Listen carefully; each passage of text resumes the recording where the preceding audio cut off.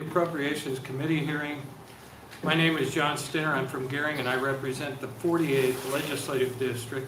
I serve as chair of this committee and I'd like to start off by having members do self-introductions, starting with Senator Erdman. Steve Erdman, I represent District 47, which is 9 counties in the Panhandle. John Stinner, District 48, all of Scottsbluff, Banner, and Kimball counties. Mark Colderman, District 24, which is Seward, York, Polk, and a little bit of Butler County. Senator Myron Dorn, District 30, which is Gage County and part of Lancaster. Assisting the committee today is Tamara Hunt, and to my left is Liz Ruska. Our page today is Jason Wendling. On the cabinet to your right, you will find green testifier sheets. If you are planning to testify today, please fill out the sign-in sheets and hand it to the page when you come up to testify. If you will not be testifying at the microphone, but will want to go on record as having positions on the bill being heard today, there are white sign-in sheets on the cabinet where you may leave your name and other pertinent information. These sign-in sheets will become exhibits in the permanent record at the end of today's hearings. To better facilitate today's proceedings, I ask that you abide by the following procedures. Please silence or turn off your cell phones. Order of testimony will be introducer, proponents, opponents, neutral, and closing. When we hear testimony regarding agencies, we will first hear from the representative of the agency. We will then hear testimony for anyone who wishes to speak on the agency's budget request. When you come up to testify, we ask that you spell your first and last name for the record before you testify. We ask that you be concise. It is my request that you limit your testimony to 5 minutes. Written materials must be distributed to committee members as exhibits only while testimony is being offered. Hand them to the page for distribution to the committee and staff when you come up to testify. We need 12 copies. If you have written testimony but don't have 12 copies, please raise your hand now so the page can make copies for you. With that, we will begin today's hearing with Agency 5, Supreme Court. The Supreme Court would like to thank the Appropriations Committee for the opportunity to appear. However, they have sent a letter that they were satisfied with our preliminary recommendations. Is there any proponents that would like to speak on the Supreme Court? Seeing none, is there any opponents of the Supreme Court? Seeing none, anybody in the neutral capacity? Seeing none, that concludes our hearing of Agency 5. We will go to Agency 46, Department of Corrections.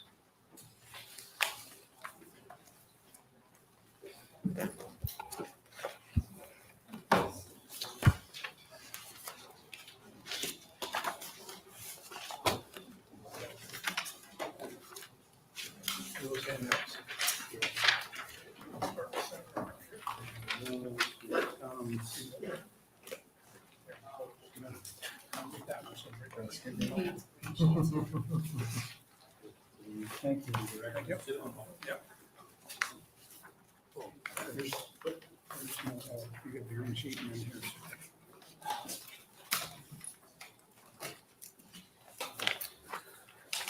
Good afternoon, Chairman Stinner, members of the Appropriations Committee. My name is Scott Frakes, F-R-A-K-E-S. I'm the Director of the Nebraska Department of Correctional Services. NDCS appreciates Governor Ricketts and the Appropriations Committee support of its mid-biennium budget request. I'm happy to answer questions about any of the items pertaining to our agency, but I'm first going to focus my testimony on the appropriations for the State Penitentiary Replacement Project. Last year, the legislature commissioned an engineering study of the buildings and support structures on that campus. The study identified more than $220 million in issues that would need to be remediated for that campus to remain viable into the foreseeable future. The problems are many. Buildings and structures that require total or partial replacement, electrical, heating, water and sewer system failures, technological upgrades, lack of access for people with disabilities, site contamination, and more. Due to the many deficiencies identified in the engineering study, we have decided to decommission the state penitentiary once construction of the replacement facility is completed. Simply put, we've determined that it will take considerable resources to bring NSP up to a usable level to house inmates at this site in the future. Some have suggested that if we had addressed those problems or these problems years ago, a smaller investment then would have saved us from the decision we face now. This would not be the case. Prisons wear out quickly. Unlike other types of businesses or even our own homes, the ability to make repairs is complicated tenfold by the need to always maintain a secure environment. As such, identifying contractors willing to work inside a secure perimeter is challenging, and those fixes take longer than repairs that will be undertaken at other work sites. Also consider that prioritizing repairs must be weighed across not one, but 8 other facilities. They also require constant upkeep. Issues like a broken water pipe or a leaky roof cannot be anticipated, and yet when they happen, they move to the top of the list. During my tenure, we've spent significantly but wisely on maintenance projects, but there's no way to stem the march of time. Eventually, the issues outpace the ability to keep up with them, especially on a campus that is 150 years old. Replacement of the state penitentiary is something that cannot wait. Based on the engineering evaluation, we may have 5 more years of housing the same classification of inmates living there now, of which half are maximum and medium custody. Each year that we wait to build, we risk increased costs associated with construction inflation, as well as operational challenges that will impact the safety and security of the facility. The NSP replacement project will increase safety, security, program engagement, and staff wellness, along with lowering operating cost, recidivism, and turnover. To achieve the outcomes we all want, we must invest in the quality of life in those in our custody, as well as those that work with that population. I've handed out an executive summary that provides an update on where things stand with the design and site selection for the replacement penitentiary. And this is just hot off the presses yesterday.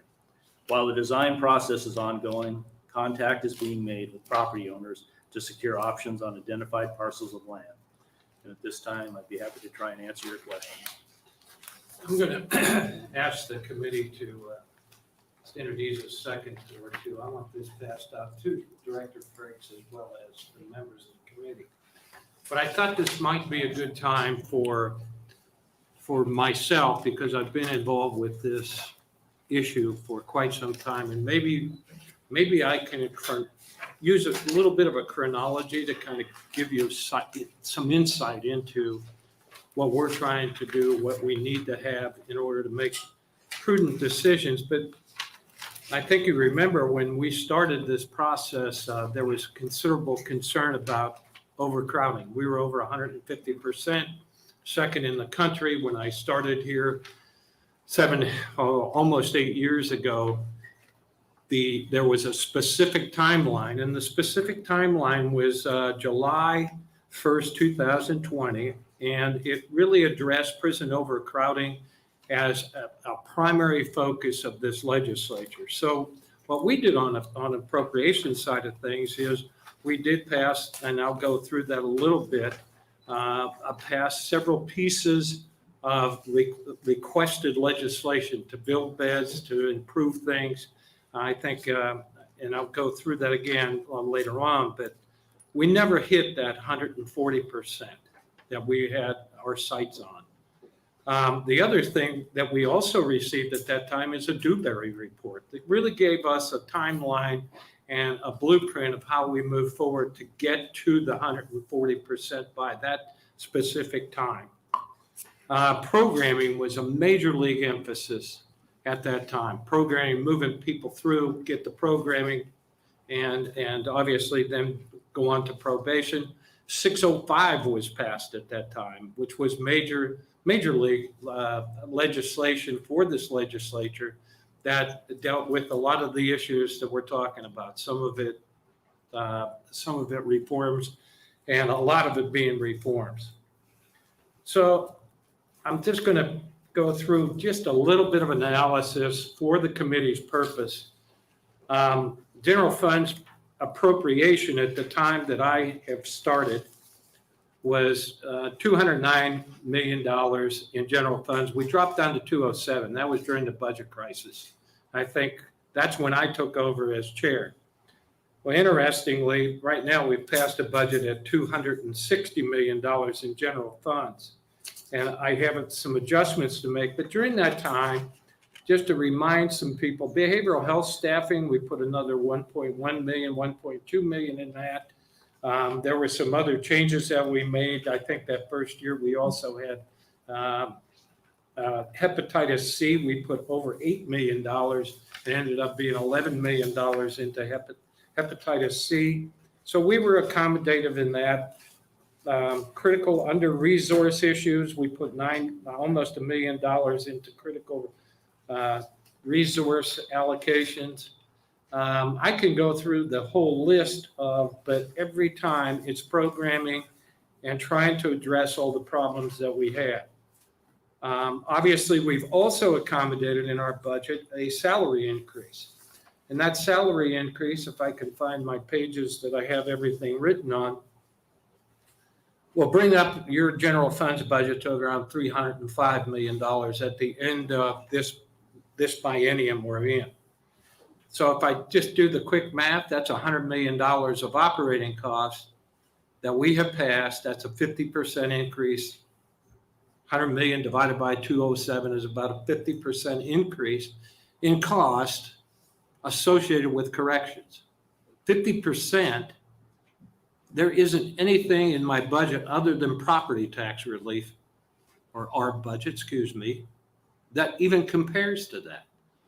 And let me go through this too, because we have made an effort to cure our problem. We had a new $14.9 million we just allocated to look at the design and location of a new prison. 18 million new correction facility was appropriated last session to expand number of beds, trying to address overcrowding. $75 million was allocated back, over a period of time, 16 on through 20, for the RTC treatment, another 48 million. So we've added 888 beds was the number that I think we calculated. So we've tried to address it. We've given corrections as much as we can, over $100 million of increases, 50%, and we're not even there. We haven't moved the numbers. And we're at 150% still. We got a COVID relief during this particular point in time, but I have passed out where the trajectory is going to be. So let's just talk about what we asked out of the corrections department. We asked that we get an updated master plan from the Dewberry study, kind of essential ingredient in trying to look at, is this an answer to our problem or isn't it? And that's supposed to be out, I think, in August. Correct. Preparation of a program statement for site selection of a new halfway back house. There was 500,000. I haven't seen that yet. Getting very close. Okay. So then we have design and planning of all these new beds. I don't know where we're at with the design and plan of the new beds, the 96 beds that we asked to be built additionally to address overcrowding. And I don't know where we're at on that. But also, we have a recertification process in process with UNO. That's not coming out till, and that basically certifies your classifications of inmates. Is that correct? It's it's reviewing the current status of how we use it. It is looking for efficiencies or improvements that might be made. I'm not sure that specifically was a validation study. That's that piece I'm not clear. Like that contract was last summer, so I can't remember for sure if that was the last part of it. But in essence, while it may not be a true full validation study, it will tell us whether or not it's currently doing what it's supposed to do and if there's improvements that would make it work even better. But But the key ingredient here is you got to get the classifications right in order to project what type of beds you have. And the type of beds, maximum security beds, cost a whole lot more than community custody beds and minimum and maximum. I think that's the point of it. So it gives us the opportunity to kind of, I guess, build something that suits our needs over a period of time.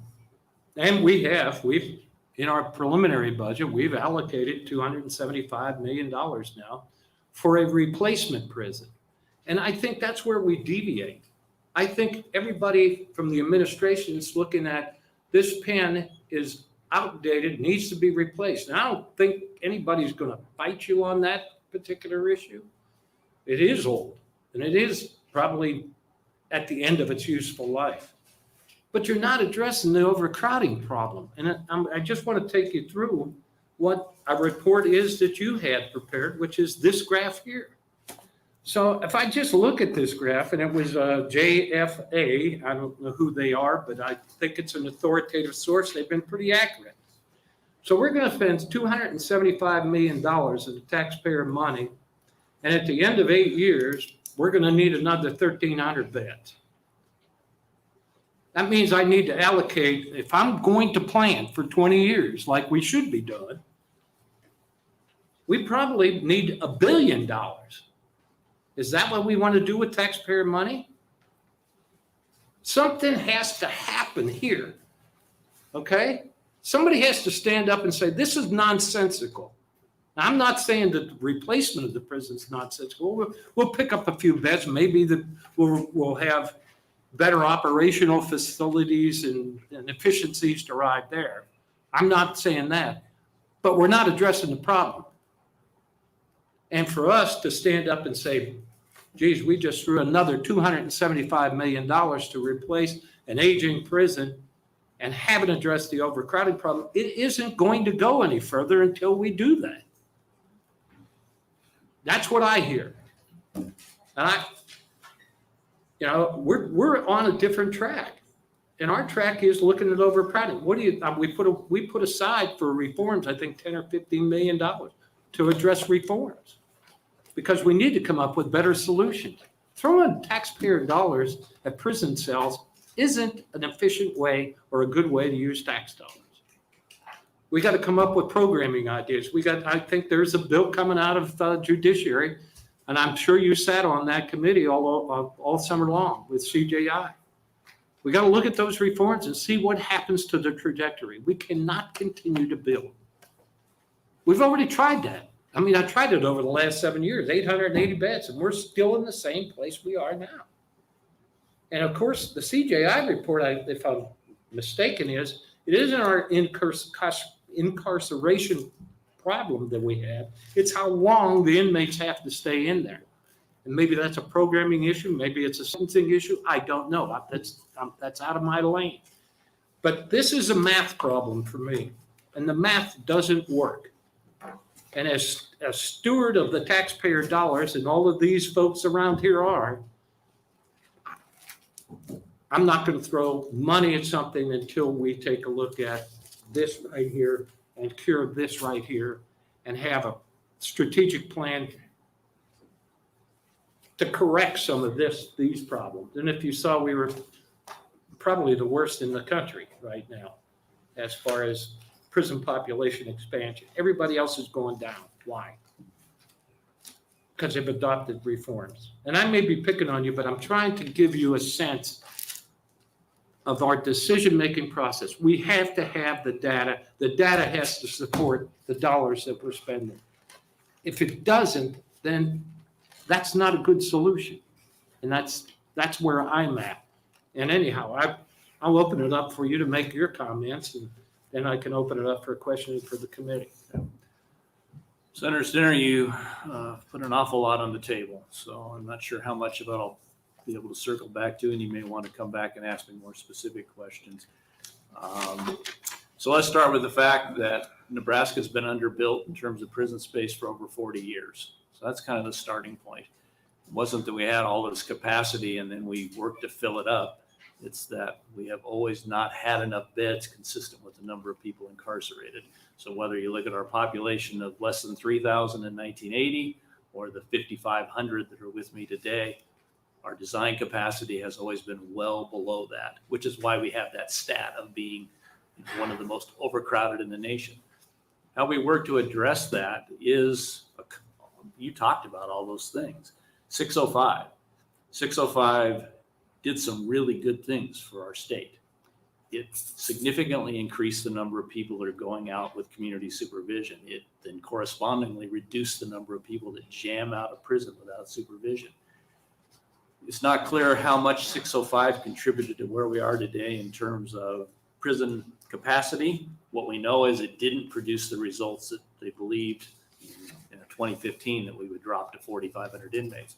We saw a slight drop. We saw a flattening, and starting around 2018, 2019, a fairly rapid increase. And then that stopped in early 2020 when the pandemic kicked off. And the good news is while we have seen some increase again, it has not been at the same rate that we were seeing in 2019. So we had 5,250 inmates in our system in 2015, and we have 5,500 inmates in the system today in 2022. So we have not seen the increase that JFA predicted in the previous forecast. But working out the best science they have, they produced a new forecast in 2020, and their belief at that point was that we were going to see about 200 people a year come into the system. We know Nebraska's still got a low rate of incarceration compared to most of America. We're sitting at about number 35th in the nation. It'd be great if we were 50th in the nation. But being 35th in the nation does not suggest that we are over incarcerating or putting lots of low-level felons in our prison system. I want to speak quickly to the RTC piece because I think there is some confusion there. That total project now with what's been proposed with the 96 beds is going to be about $145 million, I think, total investment over the last 5 years. The majority of that investment was not around increasing capacity. It was around addressing needs for the system and addressing needs for what was LCC DEC.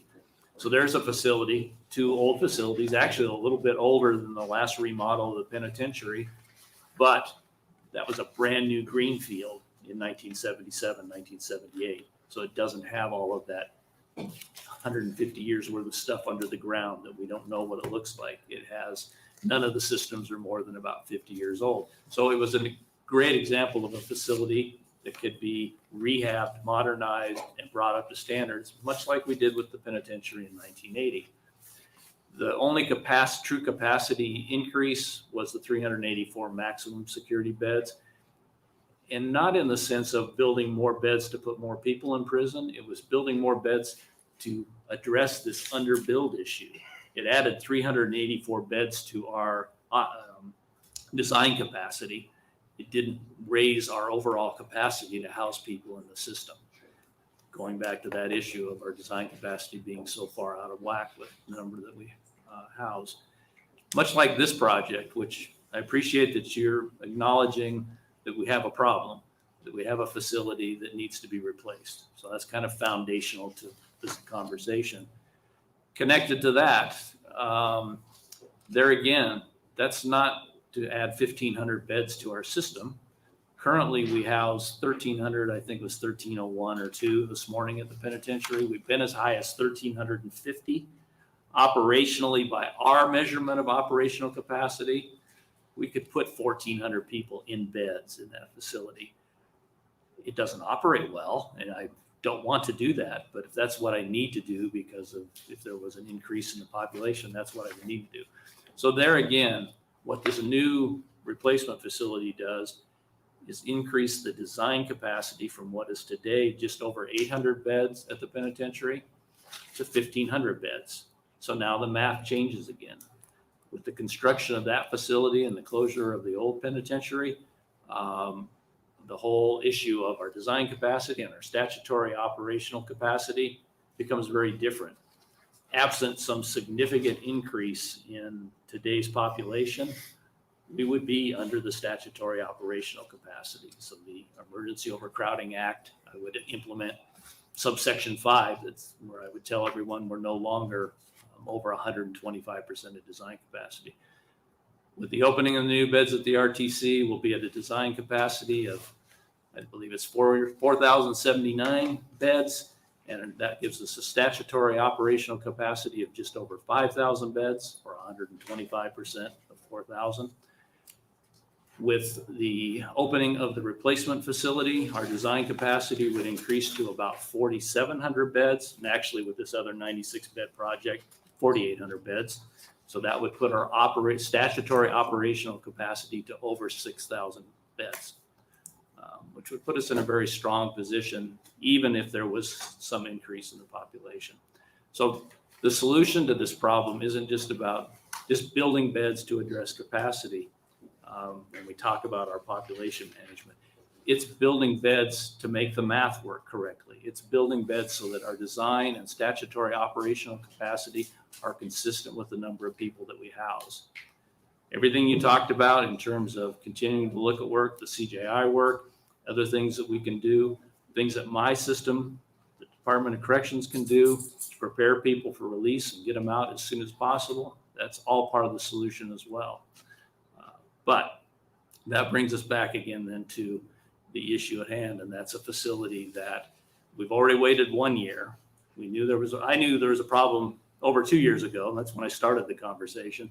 So we waited this year, but I appreciate that we had the funds to go out and at least get the process in motion. We have one option on a piece of land that's maybe one more signature needed, but we have one piece of land under option, and we're probably at about 45% in the design work. We can go to about 65% of the design, and then we have to have a site. You can't finish the design if you don't know the piece of land that you're building it on. But we already have good conceptual models for the living units and for the different buildings. We've got some different ideas about how they would be laid out in terms of connectivity and all those things. So, and there's a little bit of information in the summary that I provided, a very conceptual drawing of what it could look like. So that's moving forward like it's supposed to. I'm going to stop after one more point, and that would be, yes, we were given the funds and told go get a new master plan, and then work with UNO on our classification process. So both of those we moved as quickly as we could. We were able to move very quickly on both of them because we didn't have to go out for RFPs and go through that process that would have probably pushed us out later into the fall before the work could even start. I don't know if there was a misunderstanding or some other belief that a master plan can be done rapidly. If you go back to the 2014 master plan that is still valid and still very much alive, that was a product that began with work by Bob Houston in 2013 and was published in the mid-fall of 2014. They are complicated. They require site visits at every location. They require lots of research and study, and the process is going well. Fortunately, we were able to go back to Dewberry again. I've spent a lot of time with the 2014 plan, and I know it's a good product, and I believe we're going to get a great product. UNO, that work is going well. There's supposed to be some preliminary information, I think, in the next few weeks. I talked to Dr. Hamilton a few weeks ago, and he's pushing hard to get some stuff, so there could be some interim information and then ultimately get all the conclusions. It's very possible that there could be some recommendations to adjustments to our classification tool or our classification process that could lead to some shifting of how we classify people. I do not anticipate there will be any significant changes that would really change the math in terms of what kind of beds we would build, but we'll see what comes forward from it. I also don't expect that the master plan is going to produce some radically different idea. But here's the good news. We are at the right place. If we have the funding and we can continue to move the project forward, if it turns out that the collective wisdom of the classification work and the master plan says, no, don't build more medium security beds, build more high security beds. I hope that's not what it would say, Or don't build more high security beds, build more medium and minimum custody beds. We have all the flexibility. We're not, by that point in time, we have not be locked into a position of where we can't move the project in the right direction. I remain very comfortable, though, that we've identified the right bed space, the right numbers, and that it is the right project, and that delaying another year is only going to put us in a worse position, as I talked about, in terms of inflation and all the other pieces that go with that. And I know I probably only touched on half of what you said, but That's fine. I just want to draw your attention that you're contesting this line that the JFA has put together, that in 8 years we'll have, under the current situation, 7,327 versus 6,000, which is what you said, 6,000. Everything you said reconciles with what this plan is, and I get that. and that wasn't even thought out and intentional. Well, yeah, actually, take that back. There was some intentionality 2 years ago when I was looking at these things.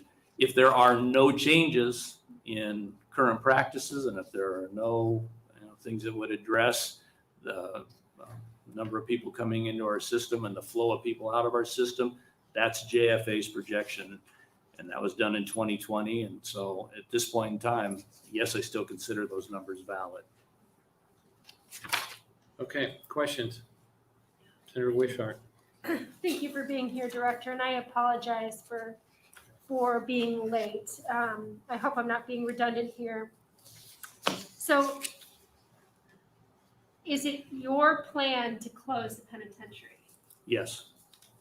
So what has changed? I remember when originally this was pitched as a private-public partnership. And then we were briefed on there being a new facility and the penitentiary staying open to address overcrowding. And then most recently now, it's closing the pen and building a new facility. Walk me through how in the span of from 2020 to now, it could have changed that drastically.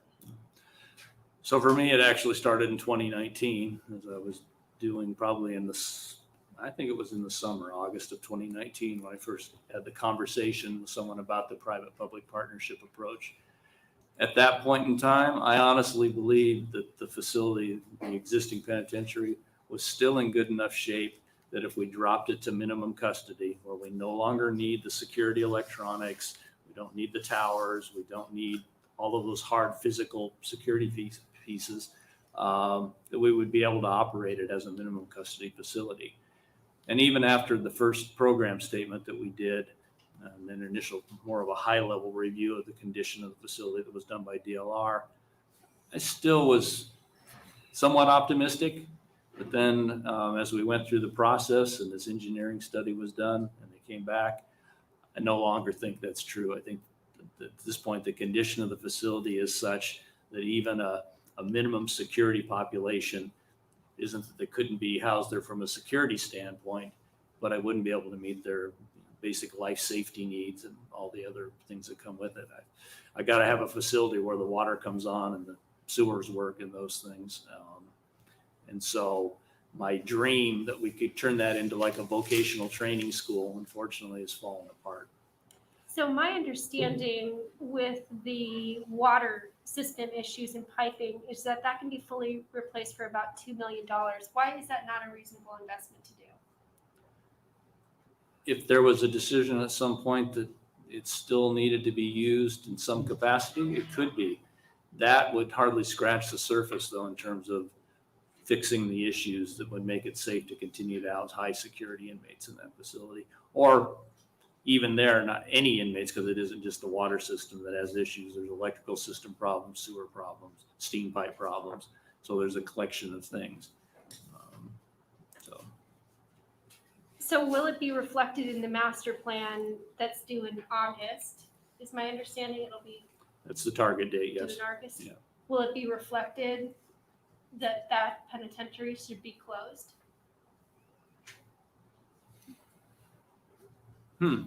That's an excellent question. I haven't had any interaction with Dewberry around that issue, so I don't know at this point what the recommendation is going to be. Okay. And in terms of the new facility, I'm hearing rumors about a Fremont location. Can't confirm or deny. Okay. I'll let other colleagues ask. Senator Vargas. I have a few questions, and thank you for being here. How many medium and maximum security beds are currently at NSP? It's a total, well, it was originally designed to be 400. We house about 800, and it's a mixed population. We're not able to provide separation. How many security, medium and high security beds would you say we were using? If it's designed at 400 out of 800, were we utilizing the full 400? We keep 800 people in those 400 cells. Yes, but how many of them would have been in a medium or high security bed, like that needed to have that bed? Every one of them. I mean, there could be a few people that have been classified for minimum custody or just waiting for transfer, but Okay. yeah. And the reason I'm asking is, we've had this conversation. I don't think this is a good use of taxpayer funds. And what I'm trying to understand is now evaluating your project. If it was originally 50% occupancy for medium and high security beds at NSP, and this proposal, looking at what you sent us, is 70% medium and high security, that 912 medium high security beds, we're increasing the medium high security beds to 25 additional percent. Why? Well, living unit sizes. So we're going from a unit that was designed originally for 80 people that we house 160 in. Either way, they're highly staff inefficient. So now we're going to a larger size living unit where you get much better staffing efficiencies along with the improved technology, sight lines and other things. And so the bigger your living units, the more the math becomes, the less flexible the math becomes. If you're building 80-person units, then you can build in small increments. But when you're building a 256 bed medium unit or a 196, 194 bed high security unit, then it would either be 700 and some beds or 900 and some beds. I mean, the concern I have is this sort of along Senator Wishart and Senator Stinner's, specifically Senator Wishart saying, we've had a lot of conversations in here. You even just said you wished it would be a low security, we can make improvements and use NSP, but now you're talking about creating a facility that is 70% medium high security. That's the concern in terms of the narrative changing so rapidly from 2020 to now that things are in such a disarray. So here's my question, because I was listening to the Chief Justice State of Judiciary, and he reminded us that about 80% of individuals involved in the criminal justice system have some substance abuse or mental health issues or both. Why would we spend money on a prison if we know 80% of the individuals right now in our criminal justice system need substance abuse or mental health support? Why not put money into that instead? Well, in the meantime, what will you do with that part of the population that with those mental health issues and with those substance abuse issues commit serious crime? And not because of those issues, but in connection with. That's why we have prison systems. We use the prisons hopefully to house those people that we feel present too great a risk to our community. Should there be resources in the community to address mental health needs and substance abuse needs and other clinical treatment? Absolutely. Absolutely. In the past, you've come in front of us, or at least a joint, with us in judiciary. Many senators have asked you to take positions on reforms that are going to try to address some of these issues. And I think the CGI report has also shared many of those policy reforms. This has been out in the public. Have you changed your position on engaging in more reforms? Because at this rate, and this is to Senator Stinner's point, we're just going to keep building prisons every 3 to 5 years. We dramatically have to change something about our prison system. Have you changed your opinions on the reforms that we can and should take, or that Department of Corrections should weigh in on? No, not as an official. I'm responsible to make sure that that the Department of Correctional Services operates safely and effectively and humanely. And I know Senator Sinner is going to probably snap back his head when I say efficiently. That's where my work is, and that consumes almost every one of my waking hours. So that's where I do my best work. That's how I contribute to the good of the public. Just one last question, if you're good with this. Many of us have been in this room since 2017. And it's, I guess, to Senator Stinner's point, we have consistently funded what you have asked of us. From my recollection, most of what you have asked of us has been to fund people. At some time, few times has it been, and more recently, beds, but mostly resources for mental health, for, entry level or sergeant level staff and corporals, because we had seen year after year, you couldn't find the people for these positions, and we were getting up to 20 million, 22 million in reappropriations every year due to non-staffing. But you said one of the reasons that we're having these problems in overpopulation is because Nebraska has been underbuilt. I don't remember hearing you say that when we were in appropriations. Largely what you requested and asked of us is we don't have enough people and we need more money to be able to then act. I commend you for one thing in particular. I appreciate your work on increasing the pay and addressing those needs in negotiation because it's long overdue. But hearing you say that it's because we've been underbuilt, when that's not what's been communicated to us in this committee, is extremely disconcerting because it's in opposition to what we've had these conversations. It's always been about we need more people and we just can't get enough people. I don't know if you want to respond to that. Oh, yeah, I do, please.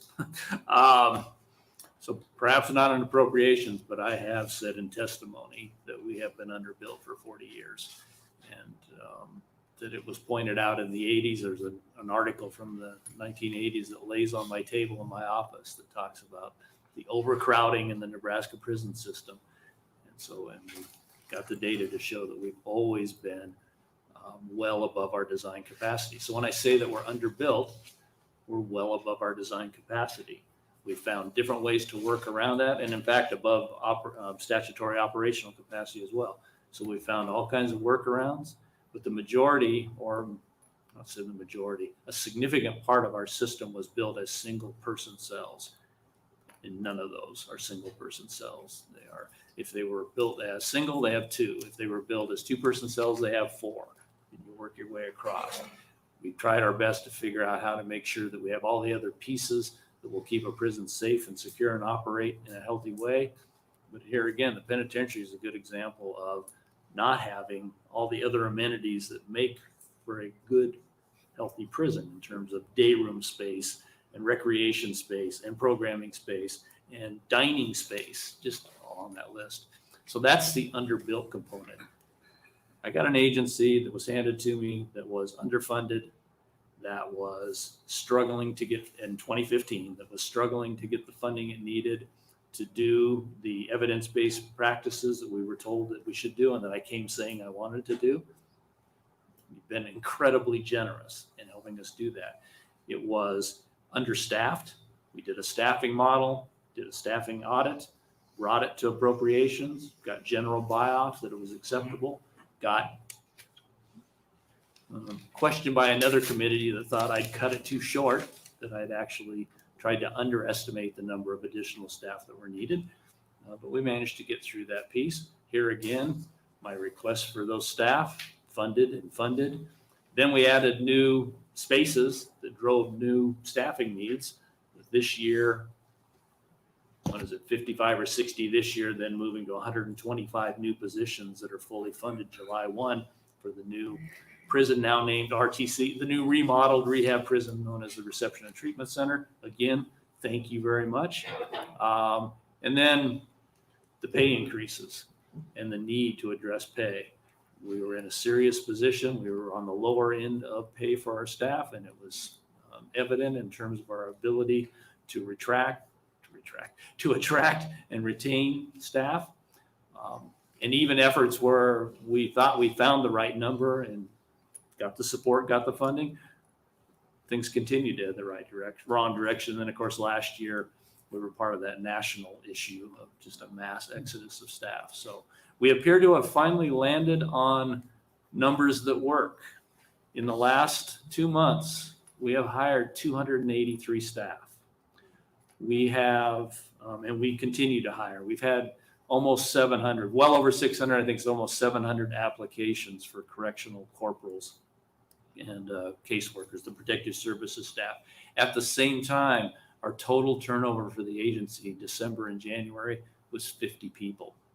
January's number was 17. 17 people left the agency in January. We haven't seen a number like that since we think around 2010 during the economic downturn.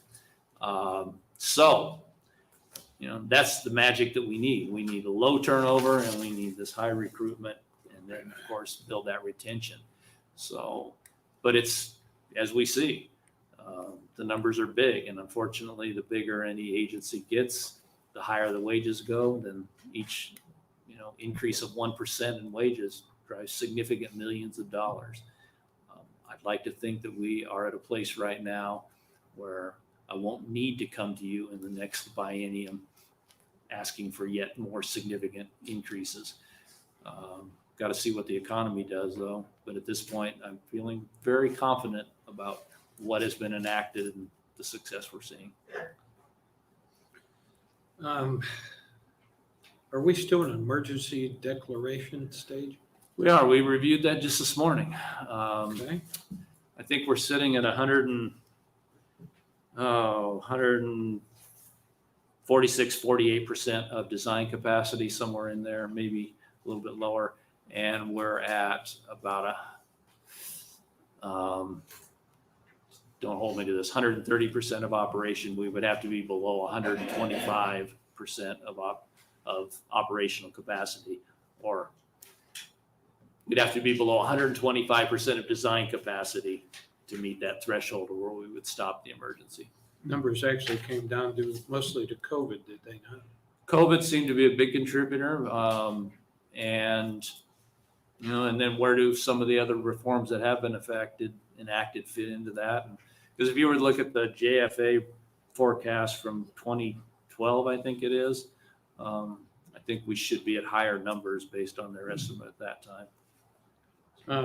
We're in a lockdown on 4 facilities. We have 2 facilities that are operating on a 4-day schedule, 4 12-hour days.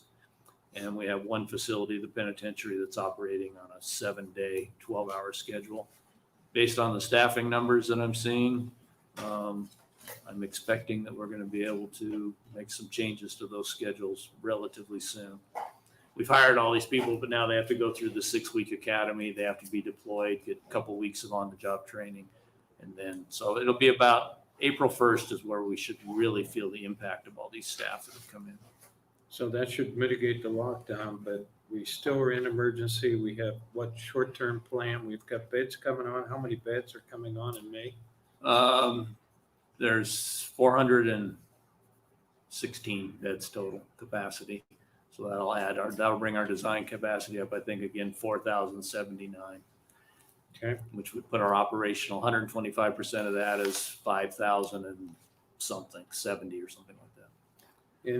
In the state pen that you're going to tear down, I think when I read the plan that was given to us on the useful life, there was a minimum security pod that they thought was usable.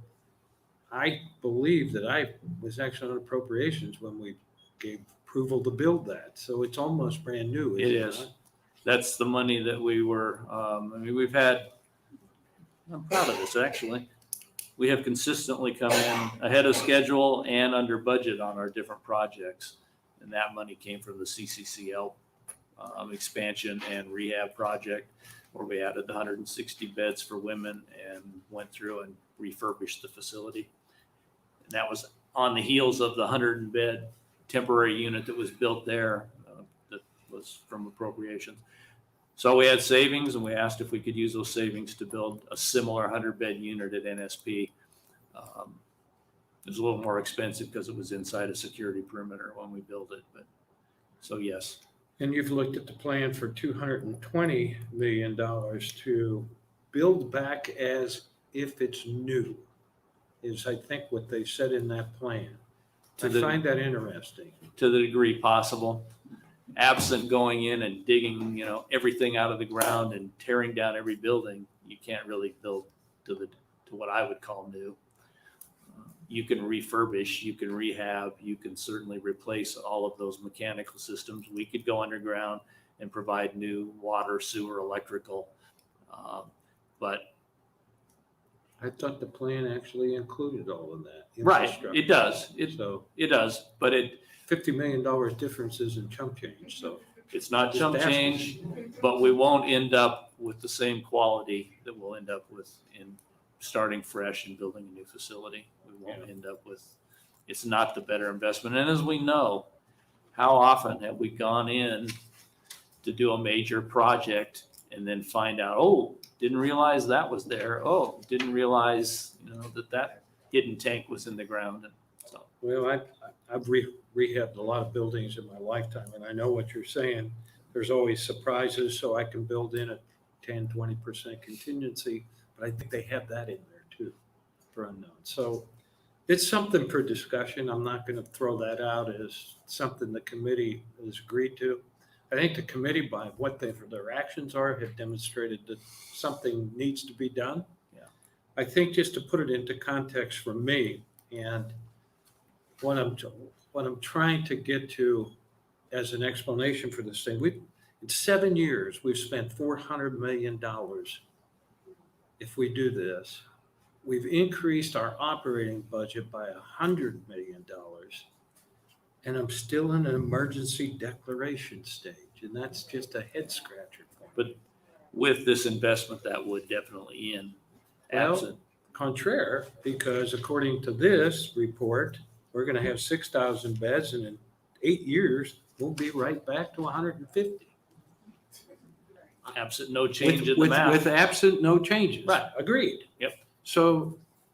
And we know that if wouldn't it Nebraska be prudent grows- for us to start looking seriously at reforms and what we can do about with this?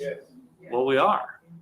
We are? We just spent 9 months with CJI, and there Okay. are recommendations, and there is legislation that's I got, in maybe place. we'll make some progress, and then maybe So- we can make a decision Yeah. on what we should do here. But don't ever lose sight of the fact, folks, that as Nebraska folks, sorry, senators, as Nebraska grows, for every 100,000 new Nebraskans, in today's math, about 278 people end up in prison.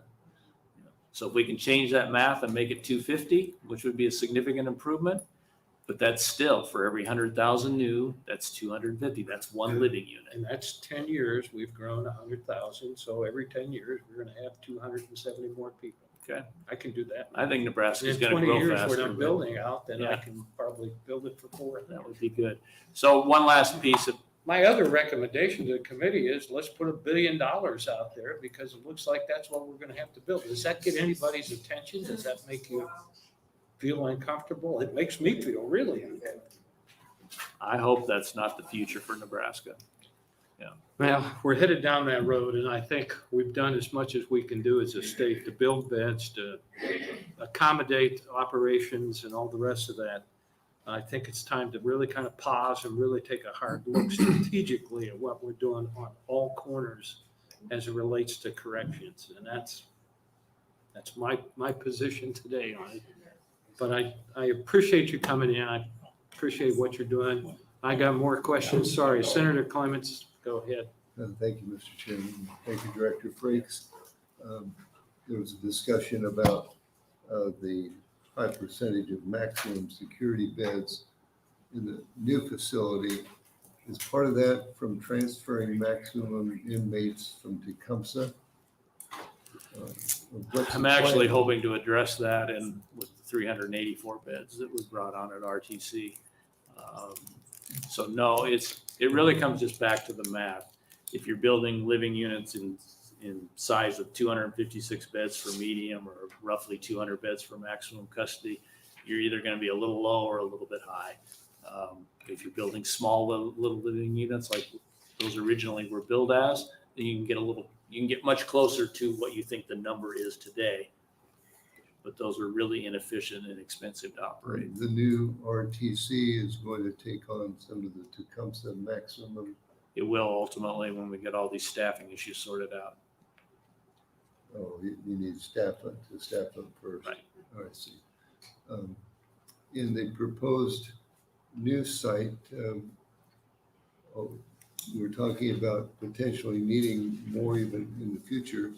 Are you planning to buy enough land and space to expand after this project is done? The design is such, we're trying to buy no less than 100 and actually close to 160 as we can get, so a quarter section, so that it would allow to meet future needs. Again, not to meet, I've told different committees anyway, I have no desire to grow the number of people incarcerated. I've talked for years about, I'd love to work myself out of a job. But the people that need to be incarcerated and aren't incarcerated, I want them to have good, safe, healthy places for that to occur. And at some point, 20 years from now, 30 years from now, 50 years from now, there will be other facilities that people will look at and say, well, would it make more sense to create new space at a different location and close that facility? Because that's just the evolution of correction systems. Fortunately, nationally, we are moving the other direction and we're not building new additional prisons, but systems are building replacement prisons. We're not the only ones doing it. As prisons wear out, and sometimes it just makes more sense to build new and fresh than to try to rehab. Do you plan to have the Tecumseh population decreased or just transfer some other ones down there? My goal has been to move it to a full medium custody population. That's been the first goal for it, because it is not overcrowded. I'm not sure where it's at this morning, but it runs at about 104 to 106% of design capacity. It's never really been what I would consider to be in any way overcrowded. In fact, it only runs over that because we use the secure management unit, SMU. It is the long-term restrictive housing building for our whole system. That's where almost all of our people that have long-term restrictive housing, about 200 people, give or take, right now that are on that status. So if it were not for that purpose, we'd actually be running that facility below design capacity. So I don't need to reduce the number of people there, but I would like to bring it down to an easier to manage general population, medium custody. Thank you. Senator Dorn? Thank you, Chairman Senator. Thank you for being here today and answering a lot of these questions. I want to know if you know the facilities as good as anybody here. I see this project supposed to be done, design date, move in 25, end of 25, 3 years. Yep. What happens, walk us through what happened, when will you be back for more funding for other structures? Walk us through what happens if we as a legislative body don't approve any facility. Well, we'll continue to deal with the emergency issues that arise at NSP. Hopefully they'll be such that we can respond to them quickly and not create issues that lead to disturbances within the facility. And I'm not the sky is falling guy, I never have been. We were without water for about 36 hours and managing a high security population. It was challenging, but we made it work. There was plenty of unhappy people, but we made it work. If that had gone on for 4 or 5 or 6 days, it would have become very, very difficult to manage that population in a way that was safe for all of us, because we couldn't provide showers. We only had porta potties. You don't have running water in the cells, so you're trying to deliver water so people have drinking water. And so my concern around the penitentiary is going to be not so much that we can't respond to and fix each new problem that comes along, but at some point, a high security population reacts to and causes problems that then we have difficulty managing. So that's always a risk. There's, probably the outlier risk that there could be some other event, an escape or some other issue, but really today I'm just more concerned about. And at some point, I've got, a constitutional duty. I cannot be deliberately indifferent to people and have no desire to be.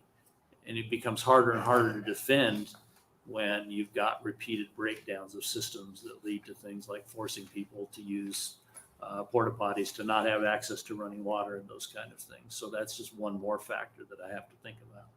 I guess what maybe a little bit different answer I was looking for was, if this structure doesn't go forward, this facility, what does that do to our state pen and the other structures we have? I mean, they just won't sit there. Will you be in, or whoever in, for more funding and that type of thing for rebuilding or building new? Well, I'll be in for the funding it takes to keep it operational, keep the Band-Aids and baling wire and whatever it takes to keep it running. I can't in good conscience make the claim that investing the $220 million is the right decision for Nebraska, because on top of everything else, I'm very concerned about how difficult it would be to do that work inside of that facility, because I can't take the inmates out. It was challenging at RTC, but the first phase of the work was in an area where we had fairly limited movement and containment. And the second phase, the high security unit, we actually redid the fence and built it outside of the prison. When you talk about going in the middle of a high security prison, tearing down a living unit, building a new living unit, first building a new living unit where the ball field is, so now there's no recreation space, moving one group of inmates into that living unit, tearing down their unit, and all at the same time, we're supposed to somehow allow for programming and feeding and recreation and all of those components, and not have people access tools, access building materials, or worst case of all, escape from the facility over a project that I could see going on for 5 to 7 years. I can't sign on for that. That's bad business for me, as well as a bad investment for the state. Additional questions, Senator Coulterman? Thank you, Senator Stinner. Director, you've been here for 8 years now. I'm in my 8th year now. Yeah, you came and I think Stinner and Hilkman and I got to help appoint you. Or elect, That's right. get you the job. Thank you. And we're also going to be looking for new jobs when you get done in 40 days. I'm hiring. That's what it sounds like. I wonder what you pay. The governor, the chief justice, Lathrop, whole committee's been working on this project. And I think there's some legislation that's going to be coming forward from that. We haven't seen that yet or really know what that looks like. But I, in good conscience, can't really support the idea of building or appropriating the kind of money we're looking at here without having more concrete answers. And I think that's probably what you're hearing today. We've got, in August, we've got another big report coming out, which is going to be key because it gives us I think it gives us a better roadmap. I don't think anybody here is not willing to put the dollars into having a good prison system. It's just, how do we do it? I have to go back to LB 605. That was right when you got here. We passed that legislation. And I think if you talk to the body that was here then, there were a bunch of us that wanted to go farther with 605. But we backed off simply because it's as good as we could get. I think the reforms have to come if we're gonna really make a difference. The other thing that, and this is just I'm just a practical sort of guy, and so the thing that bothers me is, we were to build a new prison, and I'm old enough to remember when we built Tecumseh and the challenges that brought and the challenges that it still brings with the workforce and all of those things and the housing. I'd hate to see us do that again. And I don't know how much land, do we have a lot of land where we're at now that we could build in phases and gradually move into a new prison where we're at the present time? At the NSP site, no, we don't. It's How been much carved excess up. land do we have out there? I'm sorry, Senator, I don't have a good number for that. The only reason I Okay. asked that, Yeah. and I asked this question is, if we were to build a new prison in Lincoln, Nebraska, or in the proximity of Lincoln, Nebraska. Isn't it more prudent to keep the people that we have that are here that can work in that facility than build something in Fremont or Omaha or whatever and then have to go out and, because how many of these people are going to want to move to Omaha, Fremont, or wherever it's going to be to keep their jobs? Yeah. And we've invested a lot of money in new jobs. So it wouldn't make a lot of sense for me. The workforce is already in place. Why wouldn't we build in the same community or in the same area where the workforce is? That So I'm potential just does curious to know exist. what your thoughts are Yeah. about that. We identified kind of an oval that encompasses, a little bit, can't really say east of Omaha because it would be in the river, but north of Omaha and a little bit south of Omaha and along the I-80 corridor and west of Lincoln. So potential sites will be considered in any of those areas. And if there's a site that's viable and makes sense in the general Lincoln area, there's no reason that it couldn't be the site that we land on. And again, and this is just a question because I come from a smaller town. And by the way, we have probably one of the best prisons in the state in my district. That'd be York. You do it right in York, I can tell you that. But are you gonna go where you're wanted? If you have a community says to you, we don't want you, are you gonna build it there anyway? I hope that that's not where we end up. Because I'm hearing rumors of that.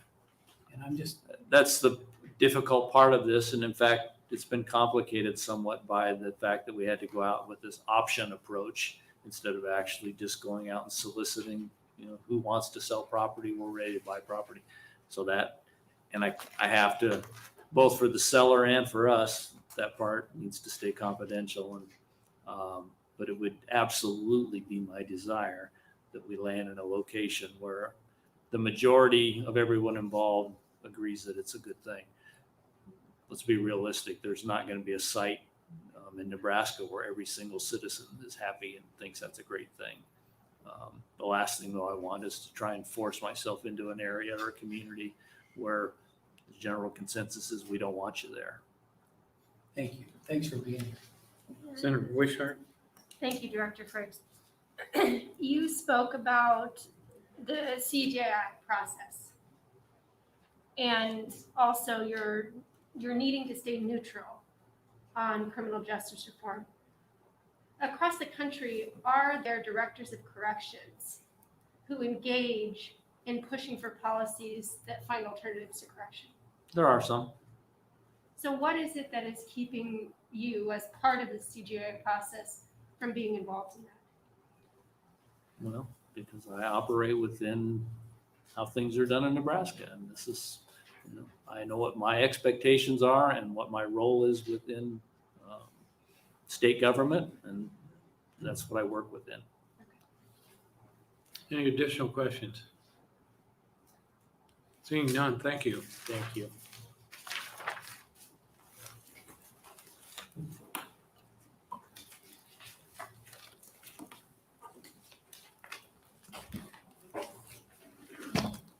Any additional proponents?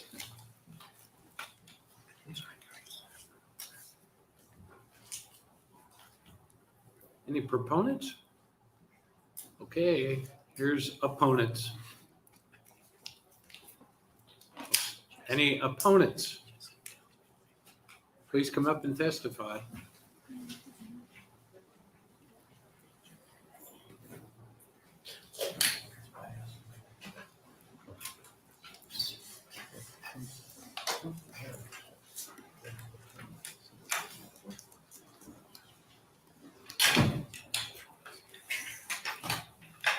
Thank you, Senator Stinner and members of the committee. My name is Fran Kay, F-R-A-N-K-A-Y-E, and I'm testifying for myself and the Racial Justice Policy Committee of Reentry Alliance of Nebraska.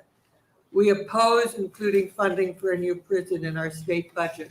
I realize I only have about 3 minutes, so we just tried to make our points as quickly as we could, a whole 5. And I realize that I'm repeating a lot of what Senator Stinner has already said. But this is what we came up with. A new prison would add to the overall cost of Nebraska corrections for decades ahead. As Senator Steve Lathrop has pointed out, and as Senator Stinitter just pointed out, at our current prison growth rate, by the time a new building was constructed, we would already need a new prison. We can't build ourselves out of this mess. We now have the results of the CJI study, testimony from the current NDCS staff, which went on for hours and hours, and the proposals generated by the Justice Reinvestment Working Group. We can avoid committing to a huge inflexible expenditure by actually cutting sentences. And we talked a lot about LB 605. I was involved in working on LB 605. That included cutting sentences and paroling things, but we've gone around them by things like stacking sentences, which was not included at all in LB 605, which is why LB 605 hasn't worked as well as it should have, because it didn't do the things it was intended to do, because people chose to work around it. I don't know how we get around that, but it's a problem. But we could avoid committing to a huge inflexible expenditure by actually cutting sentences, increasing programming, including relapse prevention at work release. And that's something that's been in the news a lot about drugs and escapes at CCCL. Expediting parole. And that was definitely something that 605 was supposed to do, and the parole board has absolutely not followed anything in 605 that way. And reducing recidivism with intensive parole and post-release programming and support. Investing in and implementing infrastructure such as more mental health and addiction treatment facilities, and housing for those on probation supervision. We are one of the very few states that has zero housing state provided for people on parole or probation or other post-prison release. That's crazy. How are you going to succeed if you don't have any place to live? What are you supposed to do? Climb up in a tree and build a nest? It doesn't work that way. And that's something we desperately need to do and we don't even talk about. These sorts of things have shown data-driven success in other states. Result, we don't need a new prison, but we do have big cost savings to our state.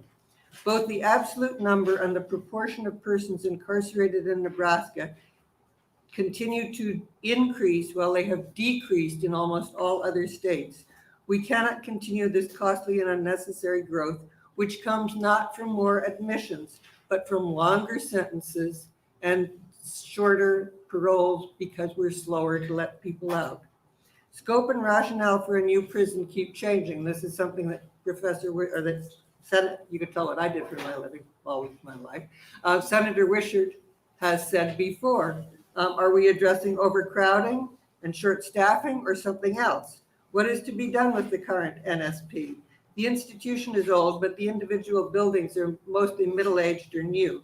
Some buildings have problems, but I notice they're not falling down around my head when I'm volunteering there. It is hard to plan for future costs when the end posts keep moving. And the different things we've said about NSP are really interesting.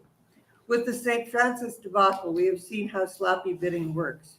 We need to be meticulous in our bid process and avoid conflicts of interest. Who is doing the engineering study on NSP? Who said that it has to be rebuilt? How was it bid? DLR is a nationally respected firm, but they're in the business of building prisons. What is their incentive to suggest we do not build a new prison? We have no recent polling data on a new prison, but during the past year, I have personally passed out thousands of informational leaflets on it. I think about 4,800 for me personally. I have seen that many Nebraskans are apathetic. A good proportion firmly reject a new prison, and only few believe that we need such a thing.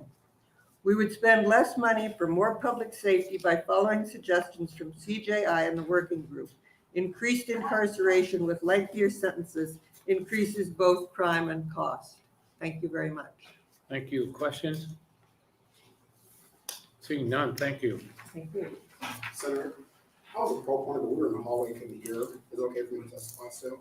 Yeah, if you're a proponent, I've asked for proponents. Are you a proponent of Yes, sir. the Out in the prison? hallway, we can hear, and there's Okay. a delay in the tape. That would be fine because I'm of the sorry. restrictions that we have. I'll definitely make an exception go. Thank you. Appreciate it, sir.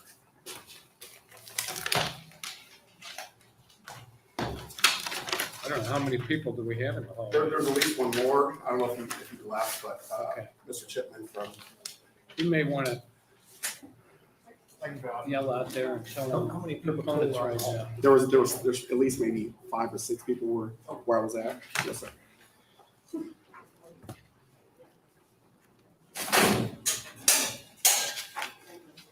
This isn't the best situation in the world in this garage.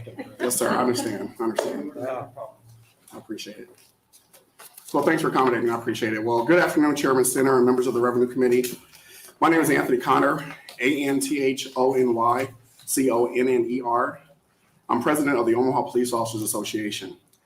I'm here today to share my view that construction of a new prison in Nebraska is an urgent and essential need to address overcrowding and maintaining public safety. In 2019, our organization compared Nebraska corrections data with available data from Colorado, Iowa, Kansas, Missouri, South Dakota, and Wyoming. The data showed that Nebraska is 23.5% below the regional average in inmates per 100,000 citizens, meaning we incarcerate at a lower percentage than our neighbors. However, the data also showed that Nebraska's overcrowding rate was 49% higher than the regional average, and that we were 88% below the regional average in beds per 100,000 citizens. The data we compared is included in the infographic I've given you today. In short, Nebraska has the second lowest incarceration rates in the region, but the lowest number of prison beds per capita, contributing to a capacity rate of 155%. While the 2020 NDLC budget contains funding for 385 new prison beds, Nebraska would need an additional 700 beds just to match the per capita rate of Iowa, the next lowest state in the region according to the data. And just to match the regional average of beds per capita, Nebraska would need an additional 3,100 beds, almost doubling our state's current capacity. Ultimately, the data reinforces our views that we clearly have a capacity problem, not an incarceration problem, and that infrastructure simply must be addressed. The need for a new prison to ensure and enhance public safety is recognized beyond law enforcement. Voters also seem to understand that Nebraska has a capacity issue, not an incarceration issue, and a survey conducted by the OPOA in September of 2020 indicated broad and bipartisan support for a new prison. Our statewide survey results showed 62% of registered voters showed initial support for construction of a new prison. When informed of the positive impact a new prison would have on rehabilitation programs and increased safety for inmates and staff, overall support increased to 72%. The survey also demonstrated bipartisan support for a new prison, with 65% of Democrats, 69% of independents, and 79% of Republicans responding favorably. Additionally, a majority of voters, 53%, support building a new prison to increase capacity and expand rehabilitation programs instead of sentencing reform, which only got 37% support.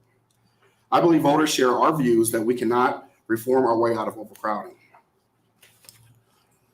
And I am happy to share our documents and results with the committee as needed.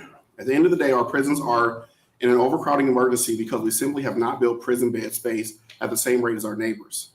The lack of space and lack of beds have also jeopardized the safety of correction officers, staff, and inmates, and have severely impaired our ability to provide proper rehabilitation and mental health services to the incarcerated population. I urge this committee to make the tough choices and address the dire need for infrastructure at this time. If we choose to instead reduce sentencing and reform our way out of the problem, we will permanently put criminals back on the street at a greater risk to our citizens, which ultimately costs taxpayers more than the funding needed for a new prison. Thank you for your time. I'm certainly available for any questions. Thank you. Questions? Seeing none, thank you very much. Thank you.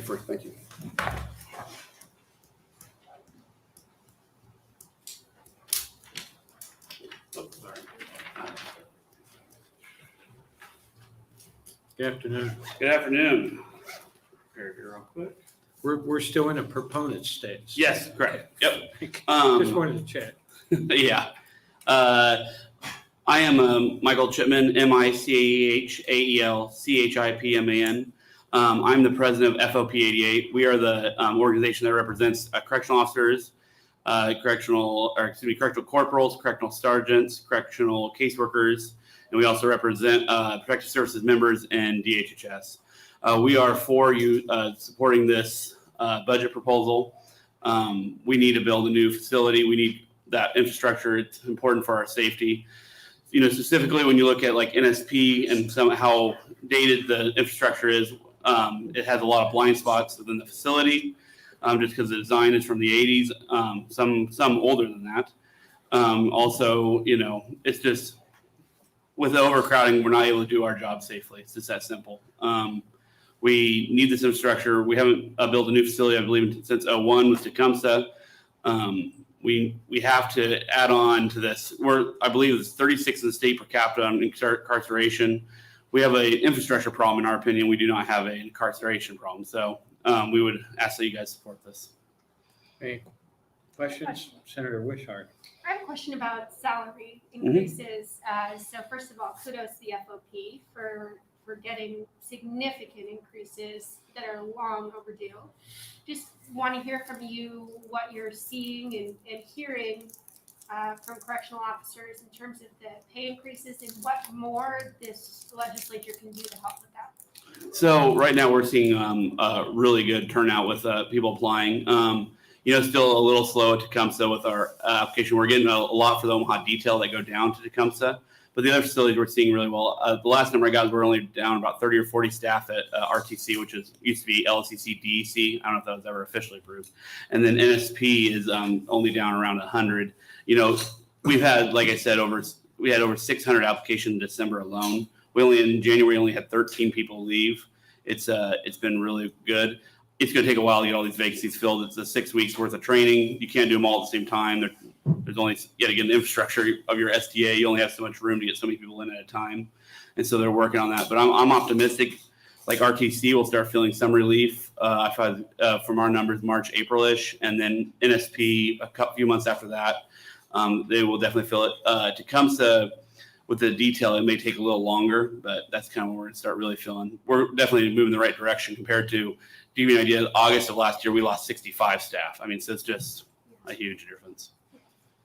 Thank you. Additional questions?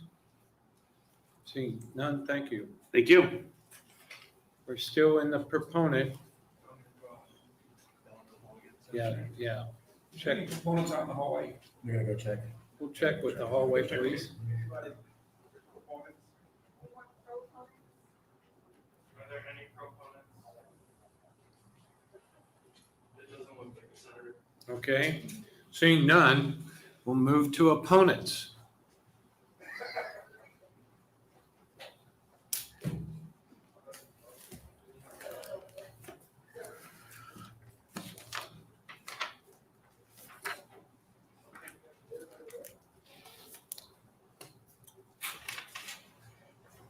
Afternoon. Good afternoon, everyone. Thank you so much for allowing us to come and speak. My name is Teela Mickles, T-E-E-L-A.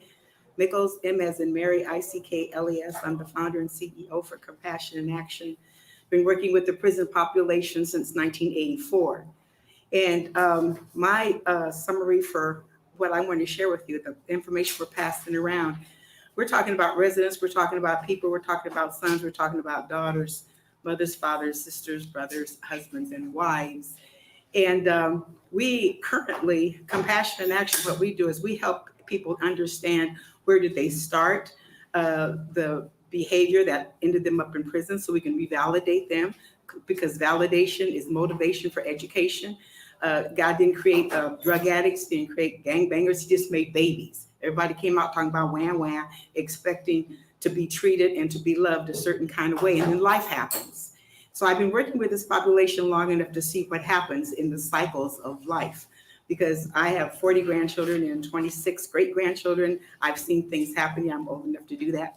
And I'm really thankful for being able to see the things that have been going on. Now, what I have observed over 3 generations is that when the community is involved with assisting our residents, I don't like the word inmates, when community is involved in assisting our residents to come out, then our residents succeed. When the community is not involved, then our residents have a bigger struggle. So we want the money to be in the community, because we have right now a collaboration of agencies in Omaha, Nebraska, Lincoln, Nebraska, that have been working extremely well. Finally, the the fact of reentry. I was working with the Nebraska Department of Corrections when they had the Serious and Violent Offender Reentry Initiative, which failed miserably, but it was at least an introduction to the fact that we need to be involved in the process. People are not coming to prison from the state capitol, from the Senate. They're coming to prison from a neighborhood, from a family, from a community. They go back to a neighborhood, a family, and a community. The Department of Parole and Probation have indicated that after 3 years in the community, 3 years, 40% of individuals who have been paroled or on probation recidivate or reoffend after they come back into the community for 3 years. We are failing in the community because we need money. These are our people. These are our people that are coming from us to you when they go into the corrections. I don't know what happens in the corrections. You know what happens in corrections? I've been going back and forth to prison for 35 years, but I never spent one night there. So I have no idea how these amazing individuals adjust to some type of hope, some type of dream, some type of, I'm going to keep going, even if they have a life sentence. That is an amazing person that can adjust to an environment like that. And we're talking about them in the gaze of percentages and data. And these are the human beings. And however they're going in there and making things happen and then come out successfully is a miracle to me. However, with the community engaged, we have Reconnect, we have RISE, we have Metropolitan Community College, we have this gentleman standing back here who's amazing. I can't think of his name, so I have a senior moment right now. Jim Jones. We have these amazing programs going on, and if we were adequately funded, we could break those cycles. I'm talking 3 generations of cycles. You have individuals, kids who are waiting to join the ranks. I work with Omaha Police Department. I'm on the Mayor's Citizen Complaint Review Board, and right now, our kids, 12 and 13, are committing crimes.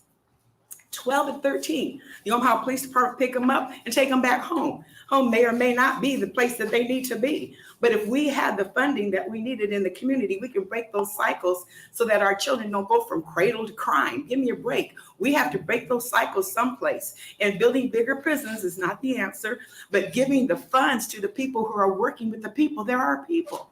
Some of us have made mistakes. And so some of us have gone to prison. And it's up to the rest of us to go in there and help us get us out and keep us out to the best of our ability. And we all know we need funding for that. And I believe within those years that they're talking about for building a bigger prison, I believe we can break those cycles because Nebraska, Omaha, Nebraska is in a strategic position right now where communities are working together with the mayor, with the police department, with the neighborhood associations, like we have never done before. I watched it happen for the past 16 years because I was right in the middle of it. I have to be so we can serve our people appropriately. So I believe we just need to get our people funded. We need to remember these are people. Look at those babies. The face of an inmate, it's a baby.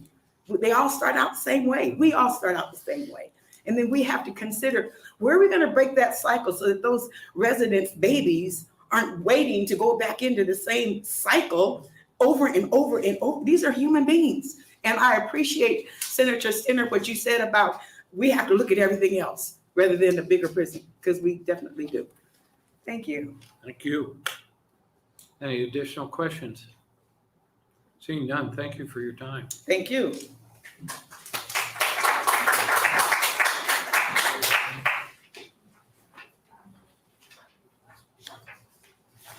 Additional opponents?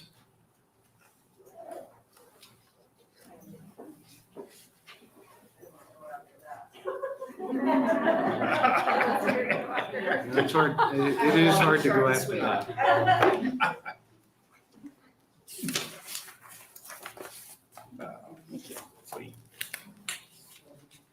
Yes, she is a very hard act to follow. Good afternoon, Senator, members of the committee. I'm Carol Dennison from the League of Women Voters of Nebraska.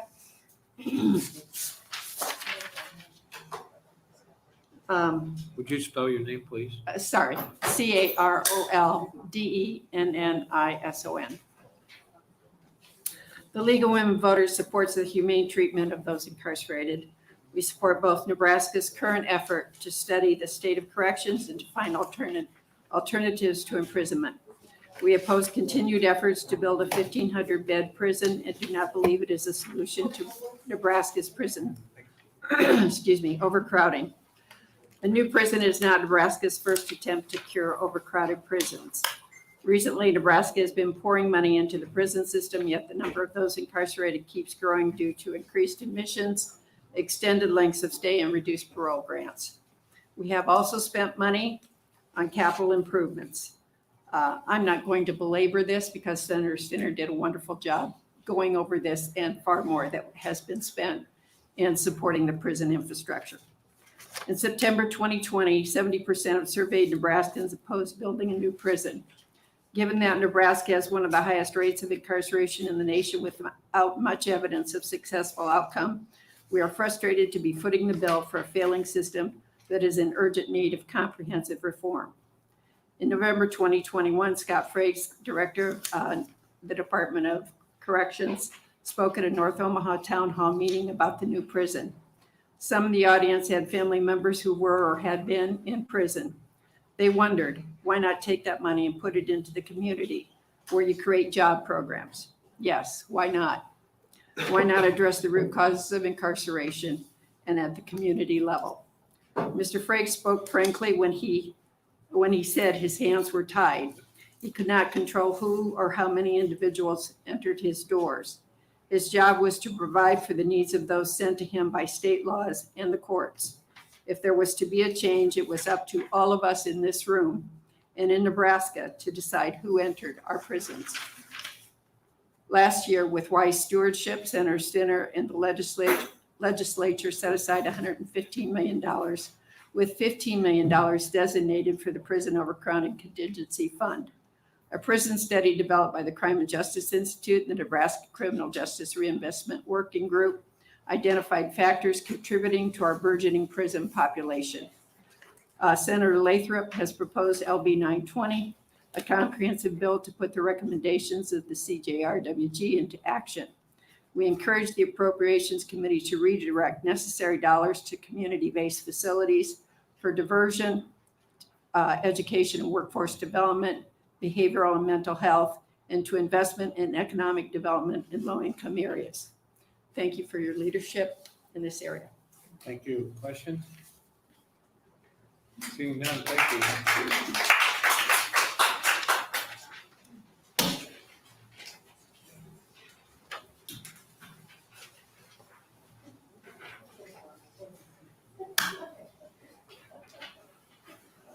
Thank you, Senator Stinner and senators of the Appropriations Committee for the opportunity today. My name is Abby Swatsworth, ABBI-SWATSWORTH. I'm the Executive Director of Out Nebraska, a statewide nonprofit working to celebrate and empower lesbian, gay, bisexual, transgender, and questioning Nebraskans, LGBTQ. According to prisonpolicy.org, Nebraska has an incarceration rate of 601 people per 100,000 if we include prisons, jails, immigration detention, and juvenile justice facilities. That means Nebraska locks up a higher percentage of people than almost any other democracy on earth. We do have an incarceration problem. We may be underbuilt. I don't know, I'm not an engineer, but we definitely have an incarceration problem. LGBTQ people are overrepresented in prison, especially those who are Black or from other systemically oppressed populations. As a part of our mission to uplift LGBTQ plus people, we are opposed to the governor's $270+ million request for new prison spending. The plans for the proposed new prison are not clearly articulated. We don't know what's going to happen to NSP, especially given the additional people the Nebraska Department of Corrections estimates will be incarcerated within the next decade. It is clear that Nebraska must reform our criminal justice system and invest more in our people. We respectfully urge this committee not to appropriate additional funds for prison construction. Rather, we encourage funding for smart justice reforms to help alleviate our system's overcrowding.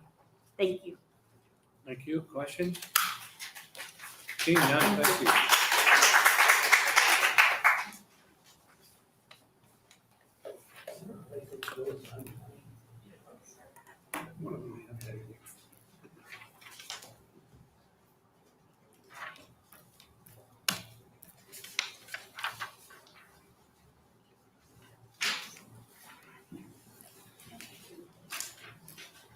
Good afternoon. Hi, thank you, Senator Stinner.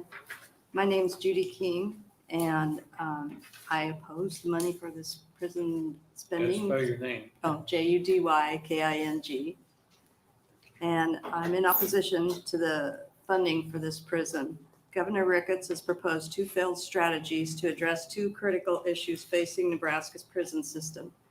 First, he wants to build a gigantic prison. That's not the answer. We cannot staff our current facilities, and only an idiot would propose building a prison. Look at Texas in the 90s. They were building prisons continuously, and when finally their Republican-led government sought and found other alternatives. We must be smarter and look at who we are incarcerating and what else we can do besides building and staffing more prisons. Texas and other states have found the answer, so can Nebraska. Secondly, the governor wants to give bonuses as a fix and a limited one time at best. And this may be outdated, but we must pay comparable pay to what staff are receiving in bordering states and in and out of county jails. You cannot expect staff to work in high security settings for less money. Our prisons have become dangerous places to work due to the lack of staff, inmates who are locked down and not receiving programming.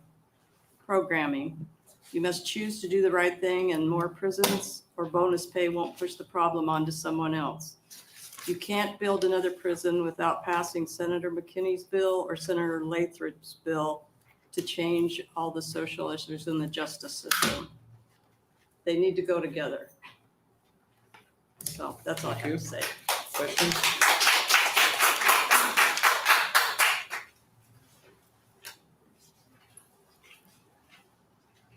Additional opponents? How many more testifiers do we have? Just raise hands. Okay, very good.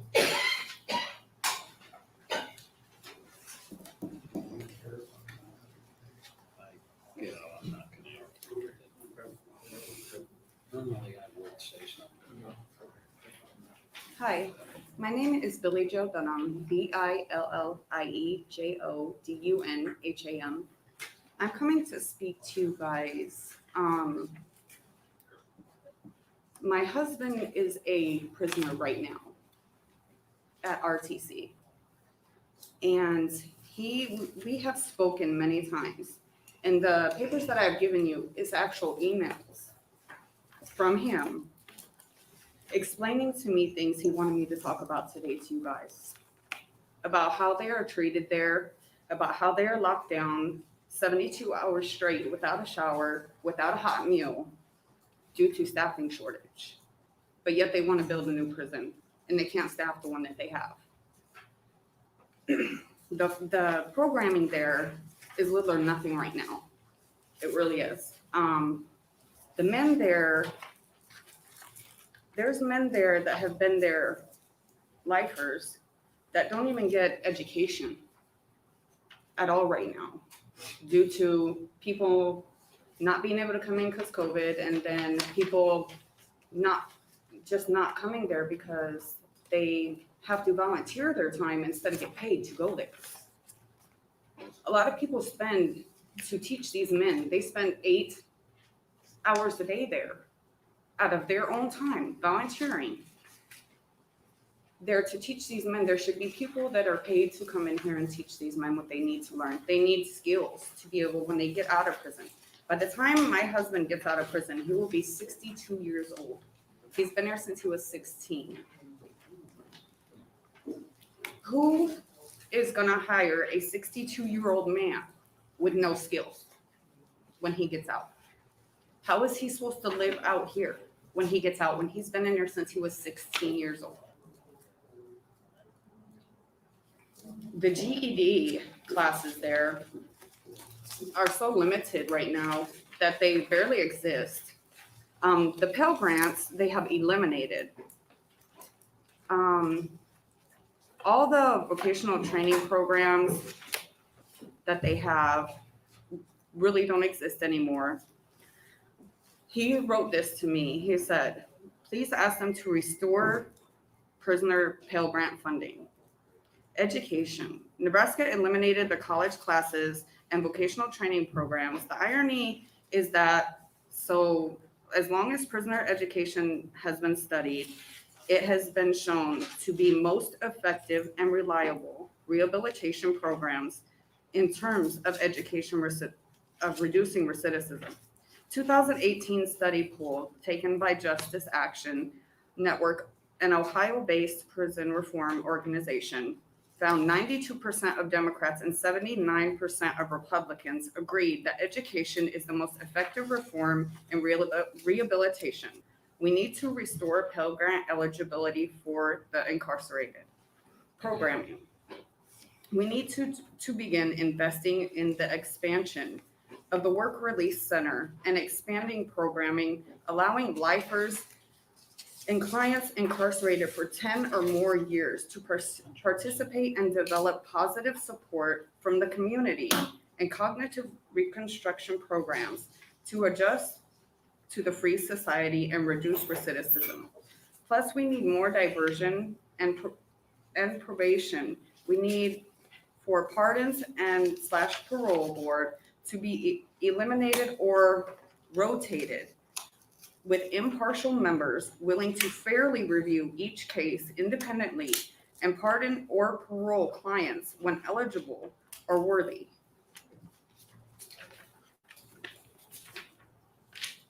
I know I don't have time to read all this that he sent me, so I will just read the last part.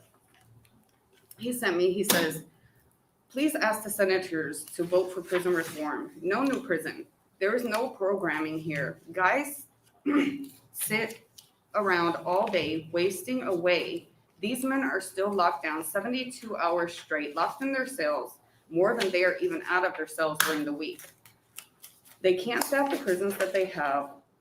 Plus, the new construction at RTC, formerly known as LCC, 354-bed Supermax unit, big construction, all kinds of new stuff. Why all the lockdowns still? Why can't the guys get out on parole?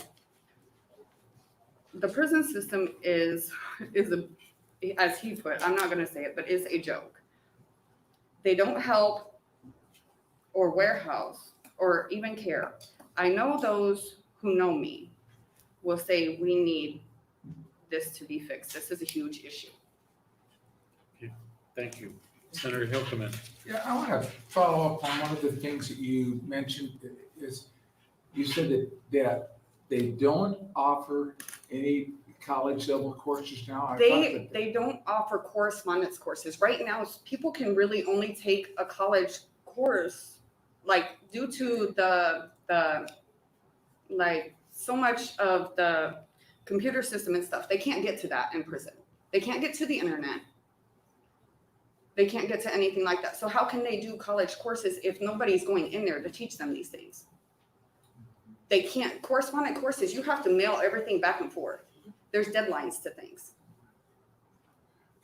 Okay, I was aware of an individual who was providing those programs, at least through UNO. I thought that was going on. So thank you for that information. I will certainly be checking into that. Yes, because LCC right now, the only kind of education that they have right now that is going on there is the RISE program, which is a great program, but it has limited seating.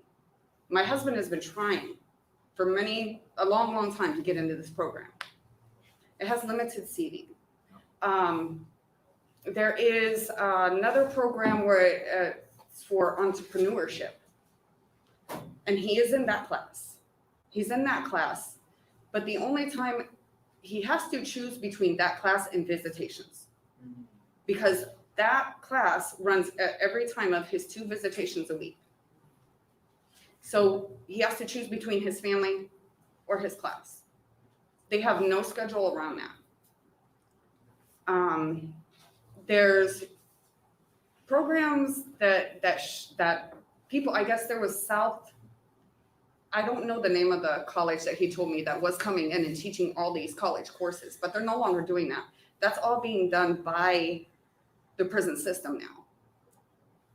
And half of the materials that these prison teachers have are way outdated.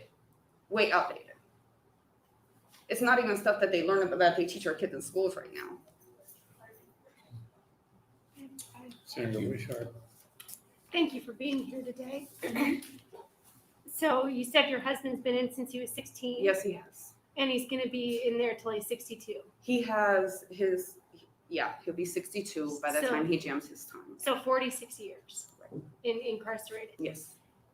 Would there, if given the opportunity, would your husband be the type of person, because he's in there for a long time, Right.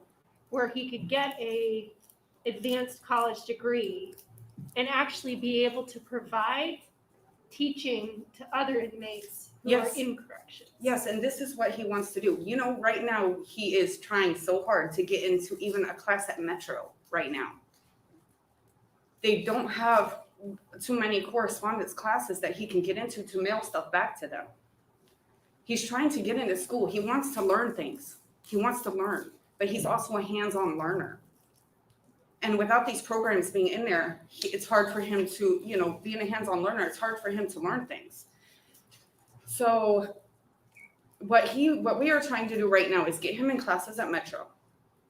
And we have asked and talked to his case manager at RTC about getting in classes at Metro, getting moved down to OCC because OCC has a lot more programs than RTC does. But he has to be 5 years out from his jam date to go to OCC. Or he has to be a registered sex offender, or he has to be in a drug program because they won't accept him down there. Because he has too long of a time still on his sentence, which they have lifers down there. I don't understand it. There's been people transferred from RTC to OCC that have a lot more time, that have life. My husband don't have life. Thank you. You're welcome. Thank you.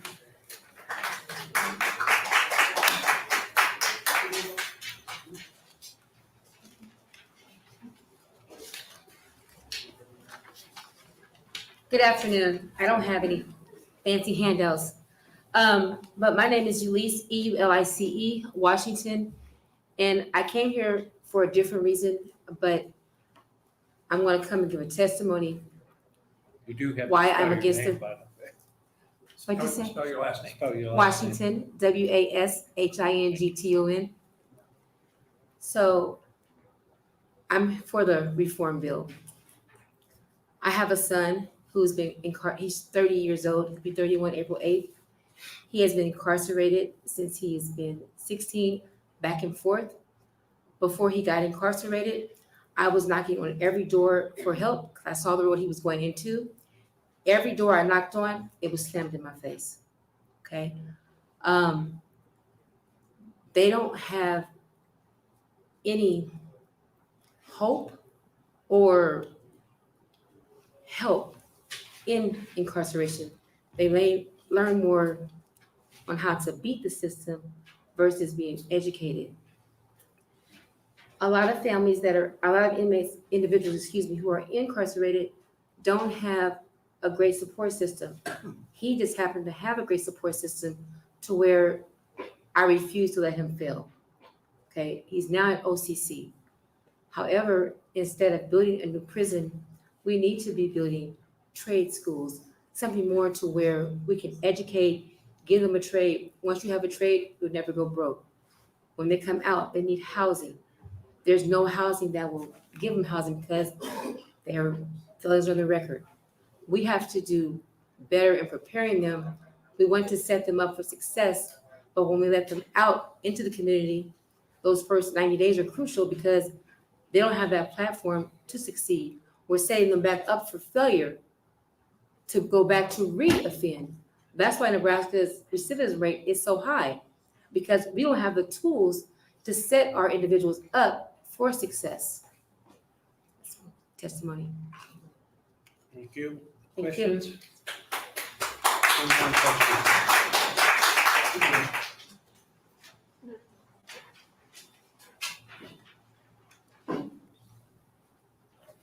Hello, I am Ysell Davis. Ysell is spelled Y-S-H-A-L-L. Davis, D-A-V-I-S. I'm in opposition of the new prison because it's confusing. I'm uncertain at this point if this new penitentiary will replace Tecumseh or NSP, or if you're simply emulating California by building more penitentiaries than universities. I believe that the money you'll use to build new penitentiaries would be better spent on preventive methods. I have a degree in chemical dependency counseling, and I worked at the Nebraska Urban Indian Health Coalition for 5 years, which is an inpatient drug treatment center. And when troubled clients came in, one of their first assignments was to write an autobiography. And I learned that the majority of the clients have dealt with a lifelong cycle of trauma, mental illness, and missed opportunities. So sending them to penitentiaries simply adds to their hopelessness and misfortunes. We all know where there is poverty, there is crime. North Omaha and other underrepresented areas in Omaha, they need the opportunities that have been afforded to represented areas. We need access to affordable mental health therapists to address our mental illness and grief. We need high-paying jobs that we can walk to, because you know there's a transportation issue as well, when all the jobs are way west and you have to wonder how will I even get way west. So we need jobs we can walk to. We need mothers and fathers in the homes to break this cycle of incarceration. Right now, women of color are going into the prisons like never before, and this raises the likelihood of both parents missing in the household, which would create more foster kids, and Nebraska's already struggling with their foster care system. So where restorative justice has been practiced, there is evidence of the recidivism rate going down for adult and juvenile offenders. So every time we hear from proponents of building new prisons, we also hear that you guys are understaffed. So, and when we hear from prisoners, we hear that their release dates are being prolonged because they don't have staff for them to get their programming. And this isn't their fault. Have you guys ever considered that people don't want to be correctional officers because they don't support humans being locked up like animals? We need housing for returning citizens. We need navigators for returning citizens. Penitentiaries are the enemies of progress. There's too much intelligence just rotting in those penitentiaries. And then you wonder why there's no real progress. That's because it's the enemy of progress. And also, I see it as slavery 2.0. Any questions? Question?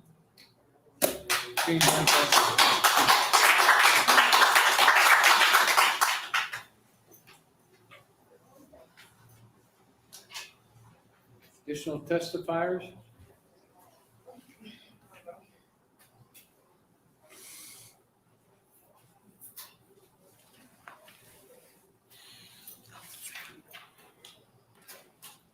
Okay. Good afternoon. Hi, good afternoon. My name is Sanaya, S-Y-N-I-A. My name is Sanaya Carter. I'm with Black Leaders Movement. I'm here to testify in opposition of the new prison. I have tons of personal thoughts on the issue, having experienced the effect of mass incarceration on Black and brown families. I could go on and on the inequalities about Black people that they face within the system. However, it is evident in data and state reports all the way to the FBI reports. If you say you are unaware at this point, you're intentionally choosing to be ignorant. Instead today, I would like to keep it short and sweet. We would look at short glimpses of some numbers relating to the prison. Then I will give one of many solutions to implement instead of a prison. The Omaha World Herald reports only 2 other states have increased spending on corrections, more on a percentage base than Nebraska in the last decade. Our budget is up to 60% since a decade ago.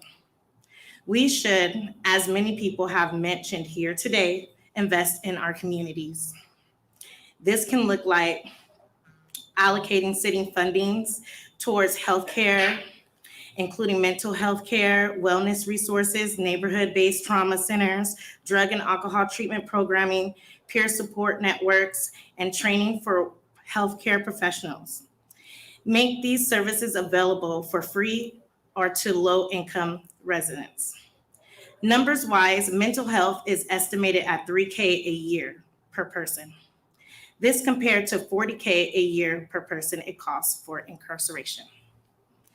NDCS own projections show our prison population growing by 2,000 people. over the next decade, and our prisons are already among the most overcrowded in the nation. We do not want to spend money under a false allegation that mass incarceration is absolute solution to lower crime. As Nebraskans, we don't want to spend millions on a failed method and spend even more millions undoing the damage we could have prevented by not listing to document numbers and statistics. I will end this with this quote: "Those that fail to learn from history are doomed to repeat it." Winston Churchill. I need you to spell your last name. Carter, Carter. We have transcribers that use those, so Thank you. thank you. Thank you. District President.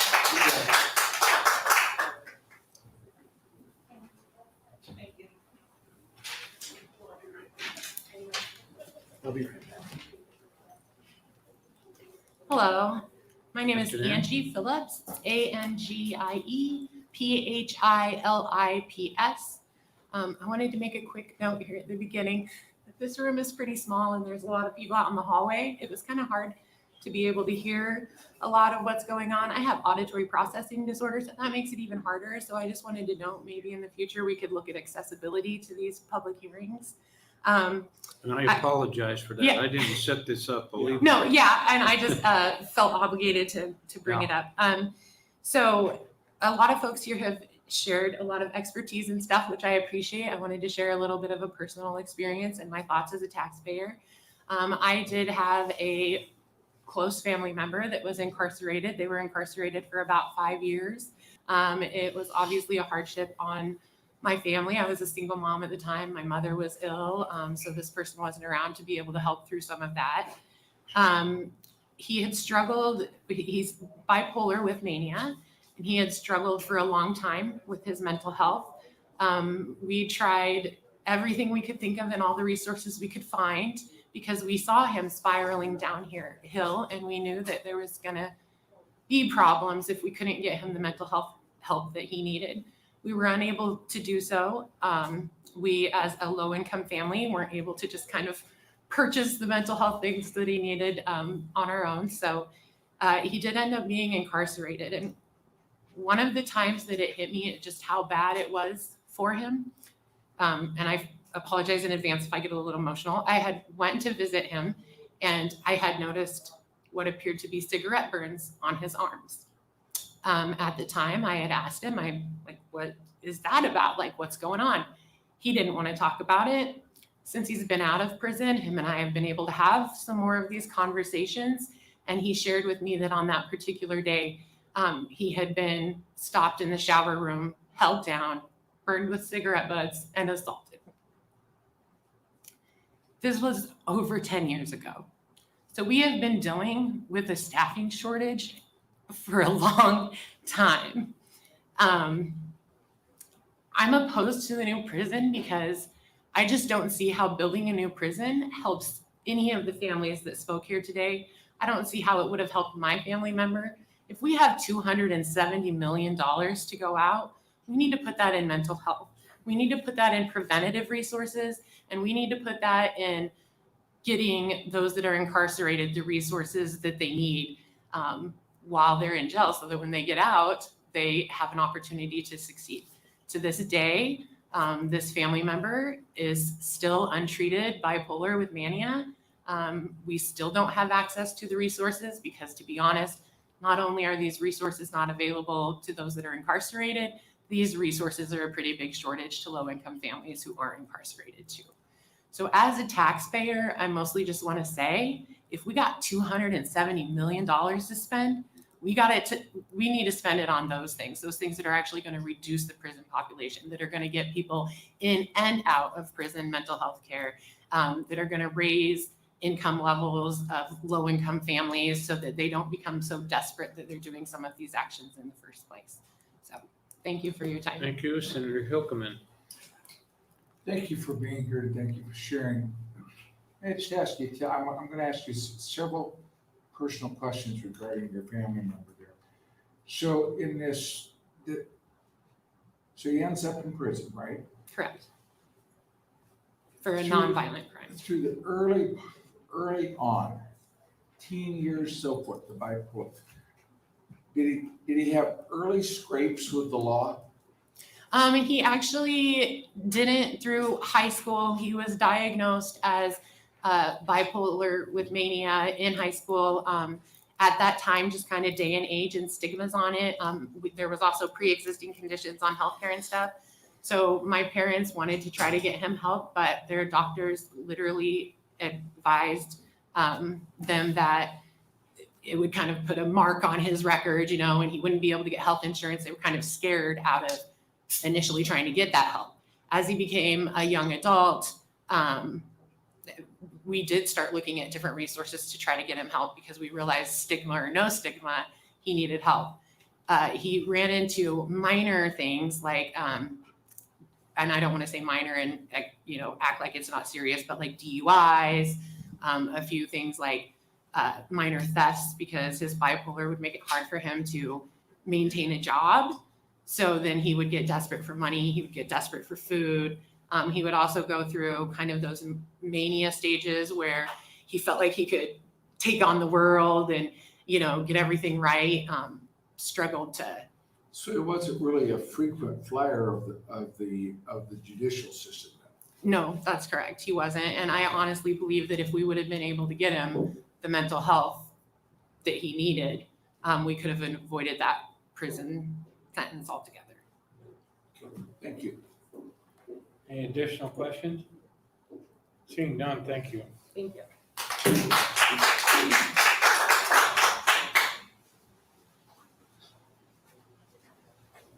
Additional testifiers, opponents.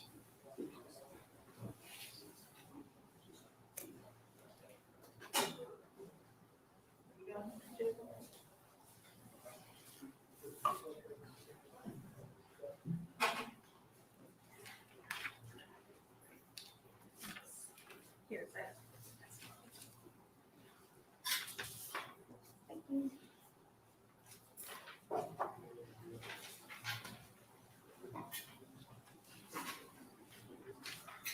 Afternoon. Good afternoon, Chairperson Sinner, members of the Appropriations Committee. My name is Diane Amdor, D-I-A-N-E A-M-D-O-R, and I'm a staff attorney for the Economic Justice Program at Nebraska Appleseed. Nebraska Appleseed opposes the proposal to appropriate funds for new prison construction. As co-counsel with the ACLU of Nebraska on the recently concluded prison litigation, Nebraska Appleseed gained valuable insight into the challenges within our state prison system.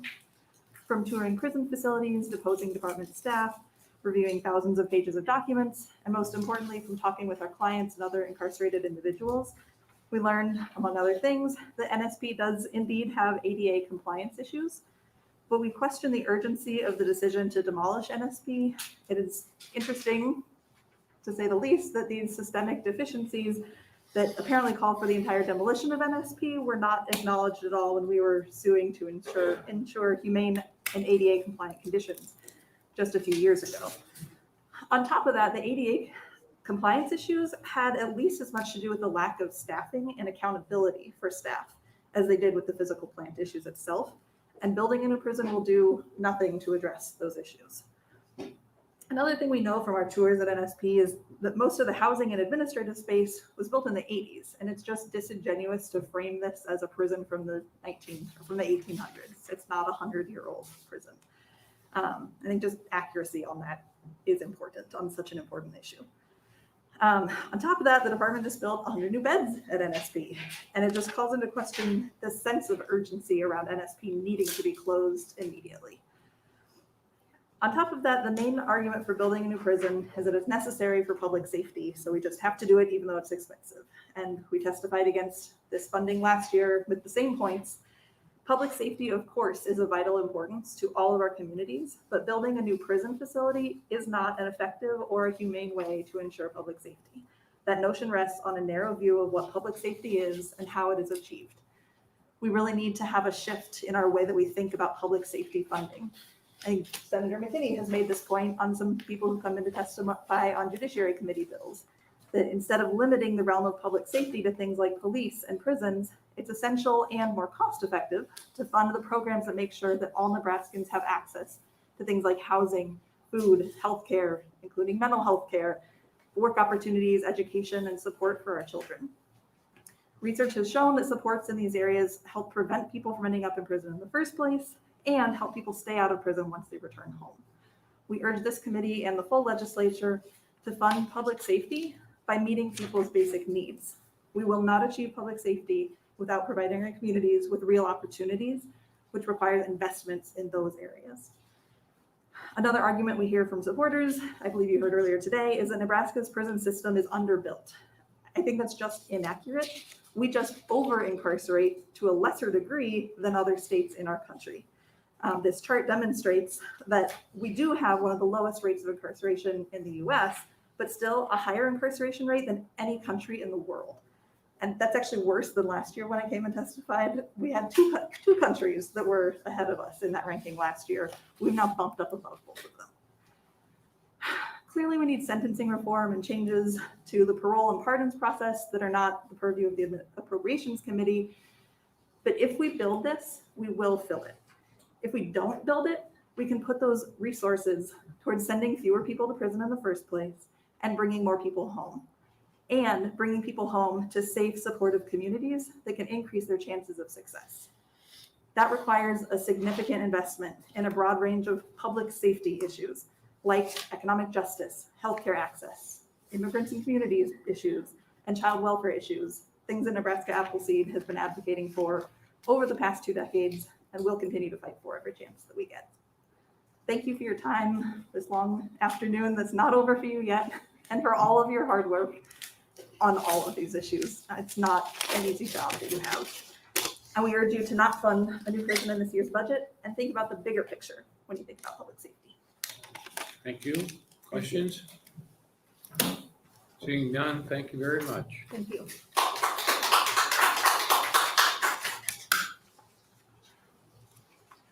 Additional testifiers? Anyone?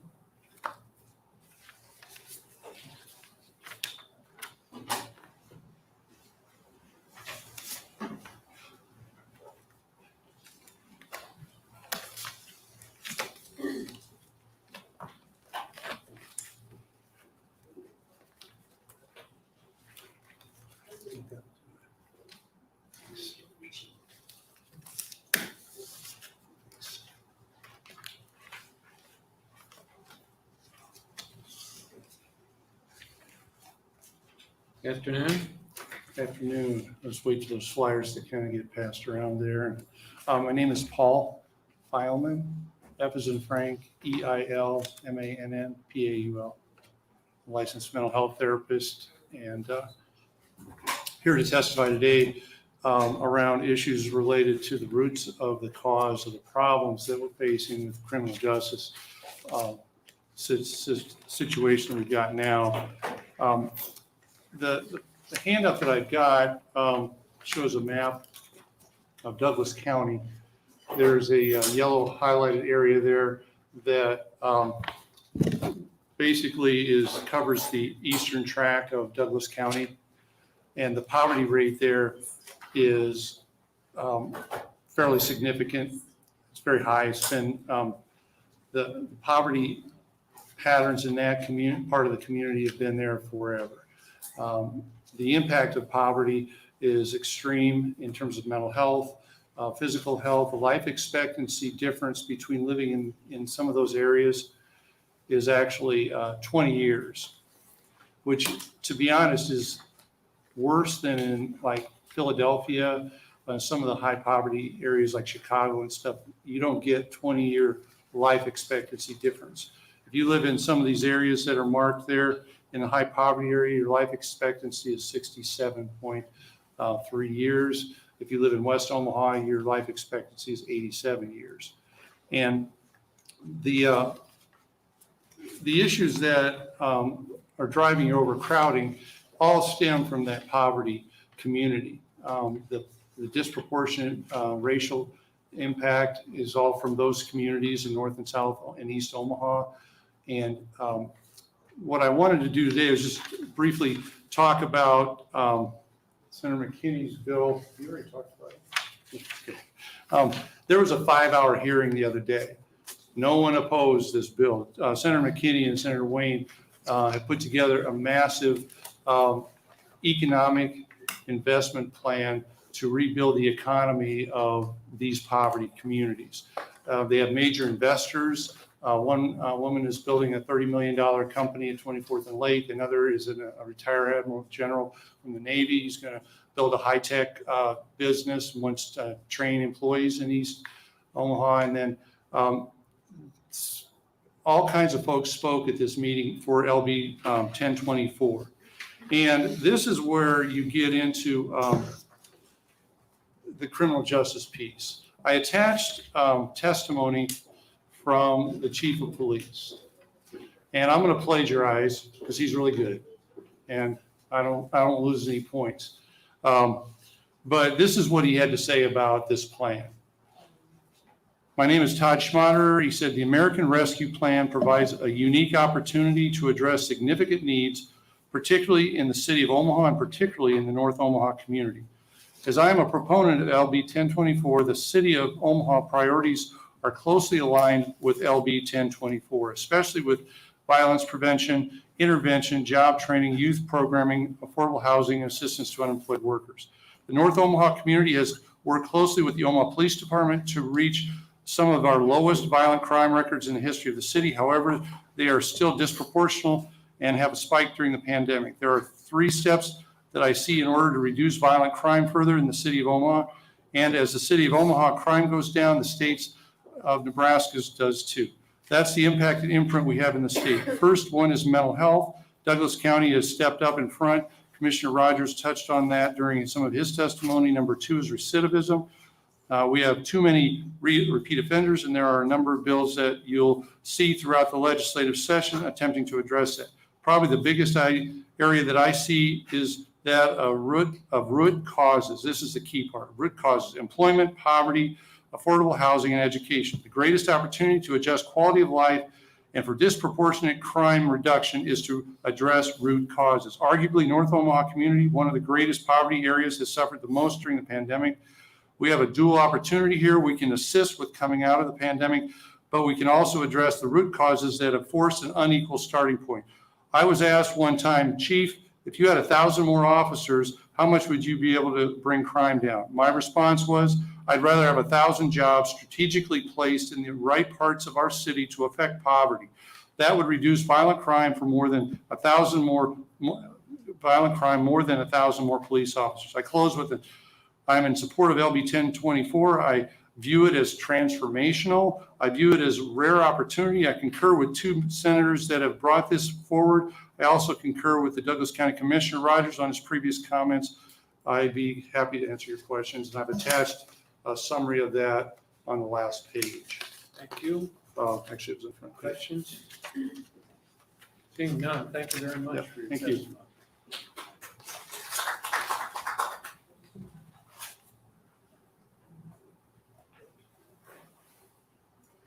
Additional testifiers?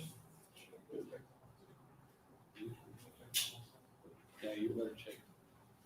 We're going to check the hall for any additional testifiers as opponents.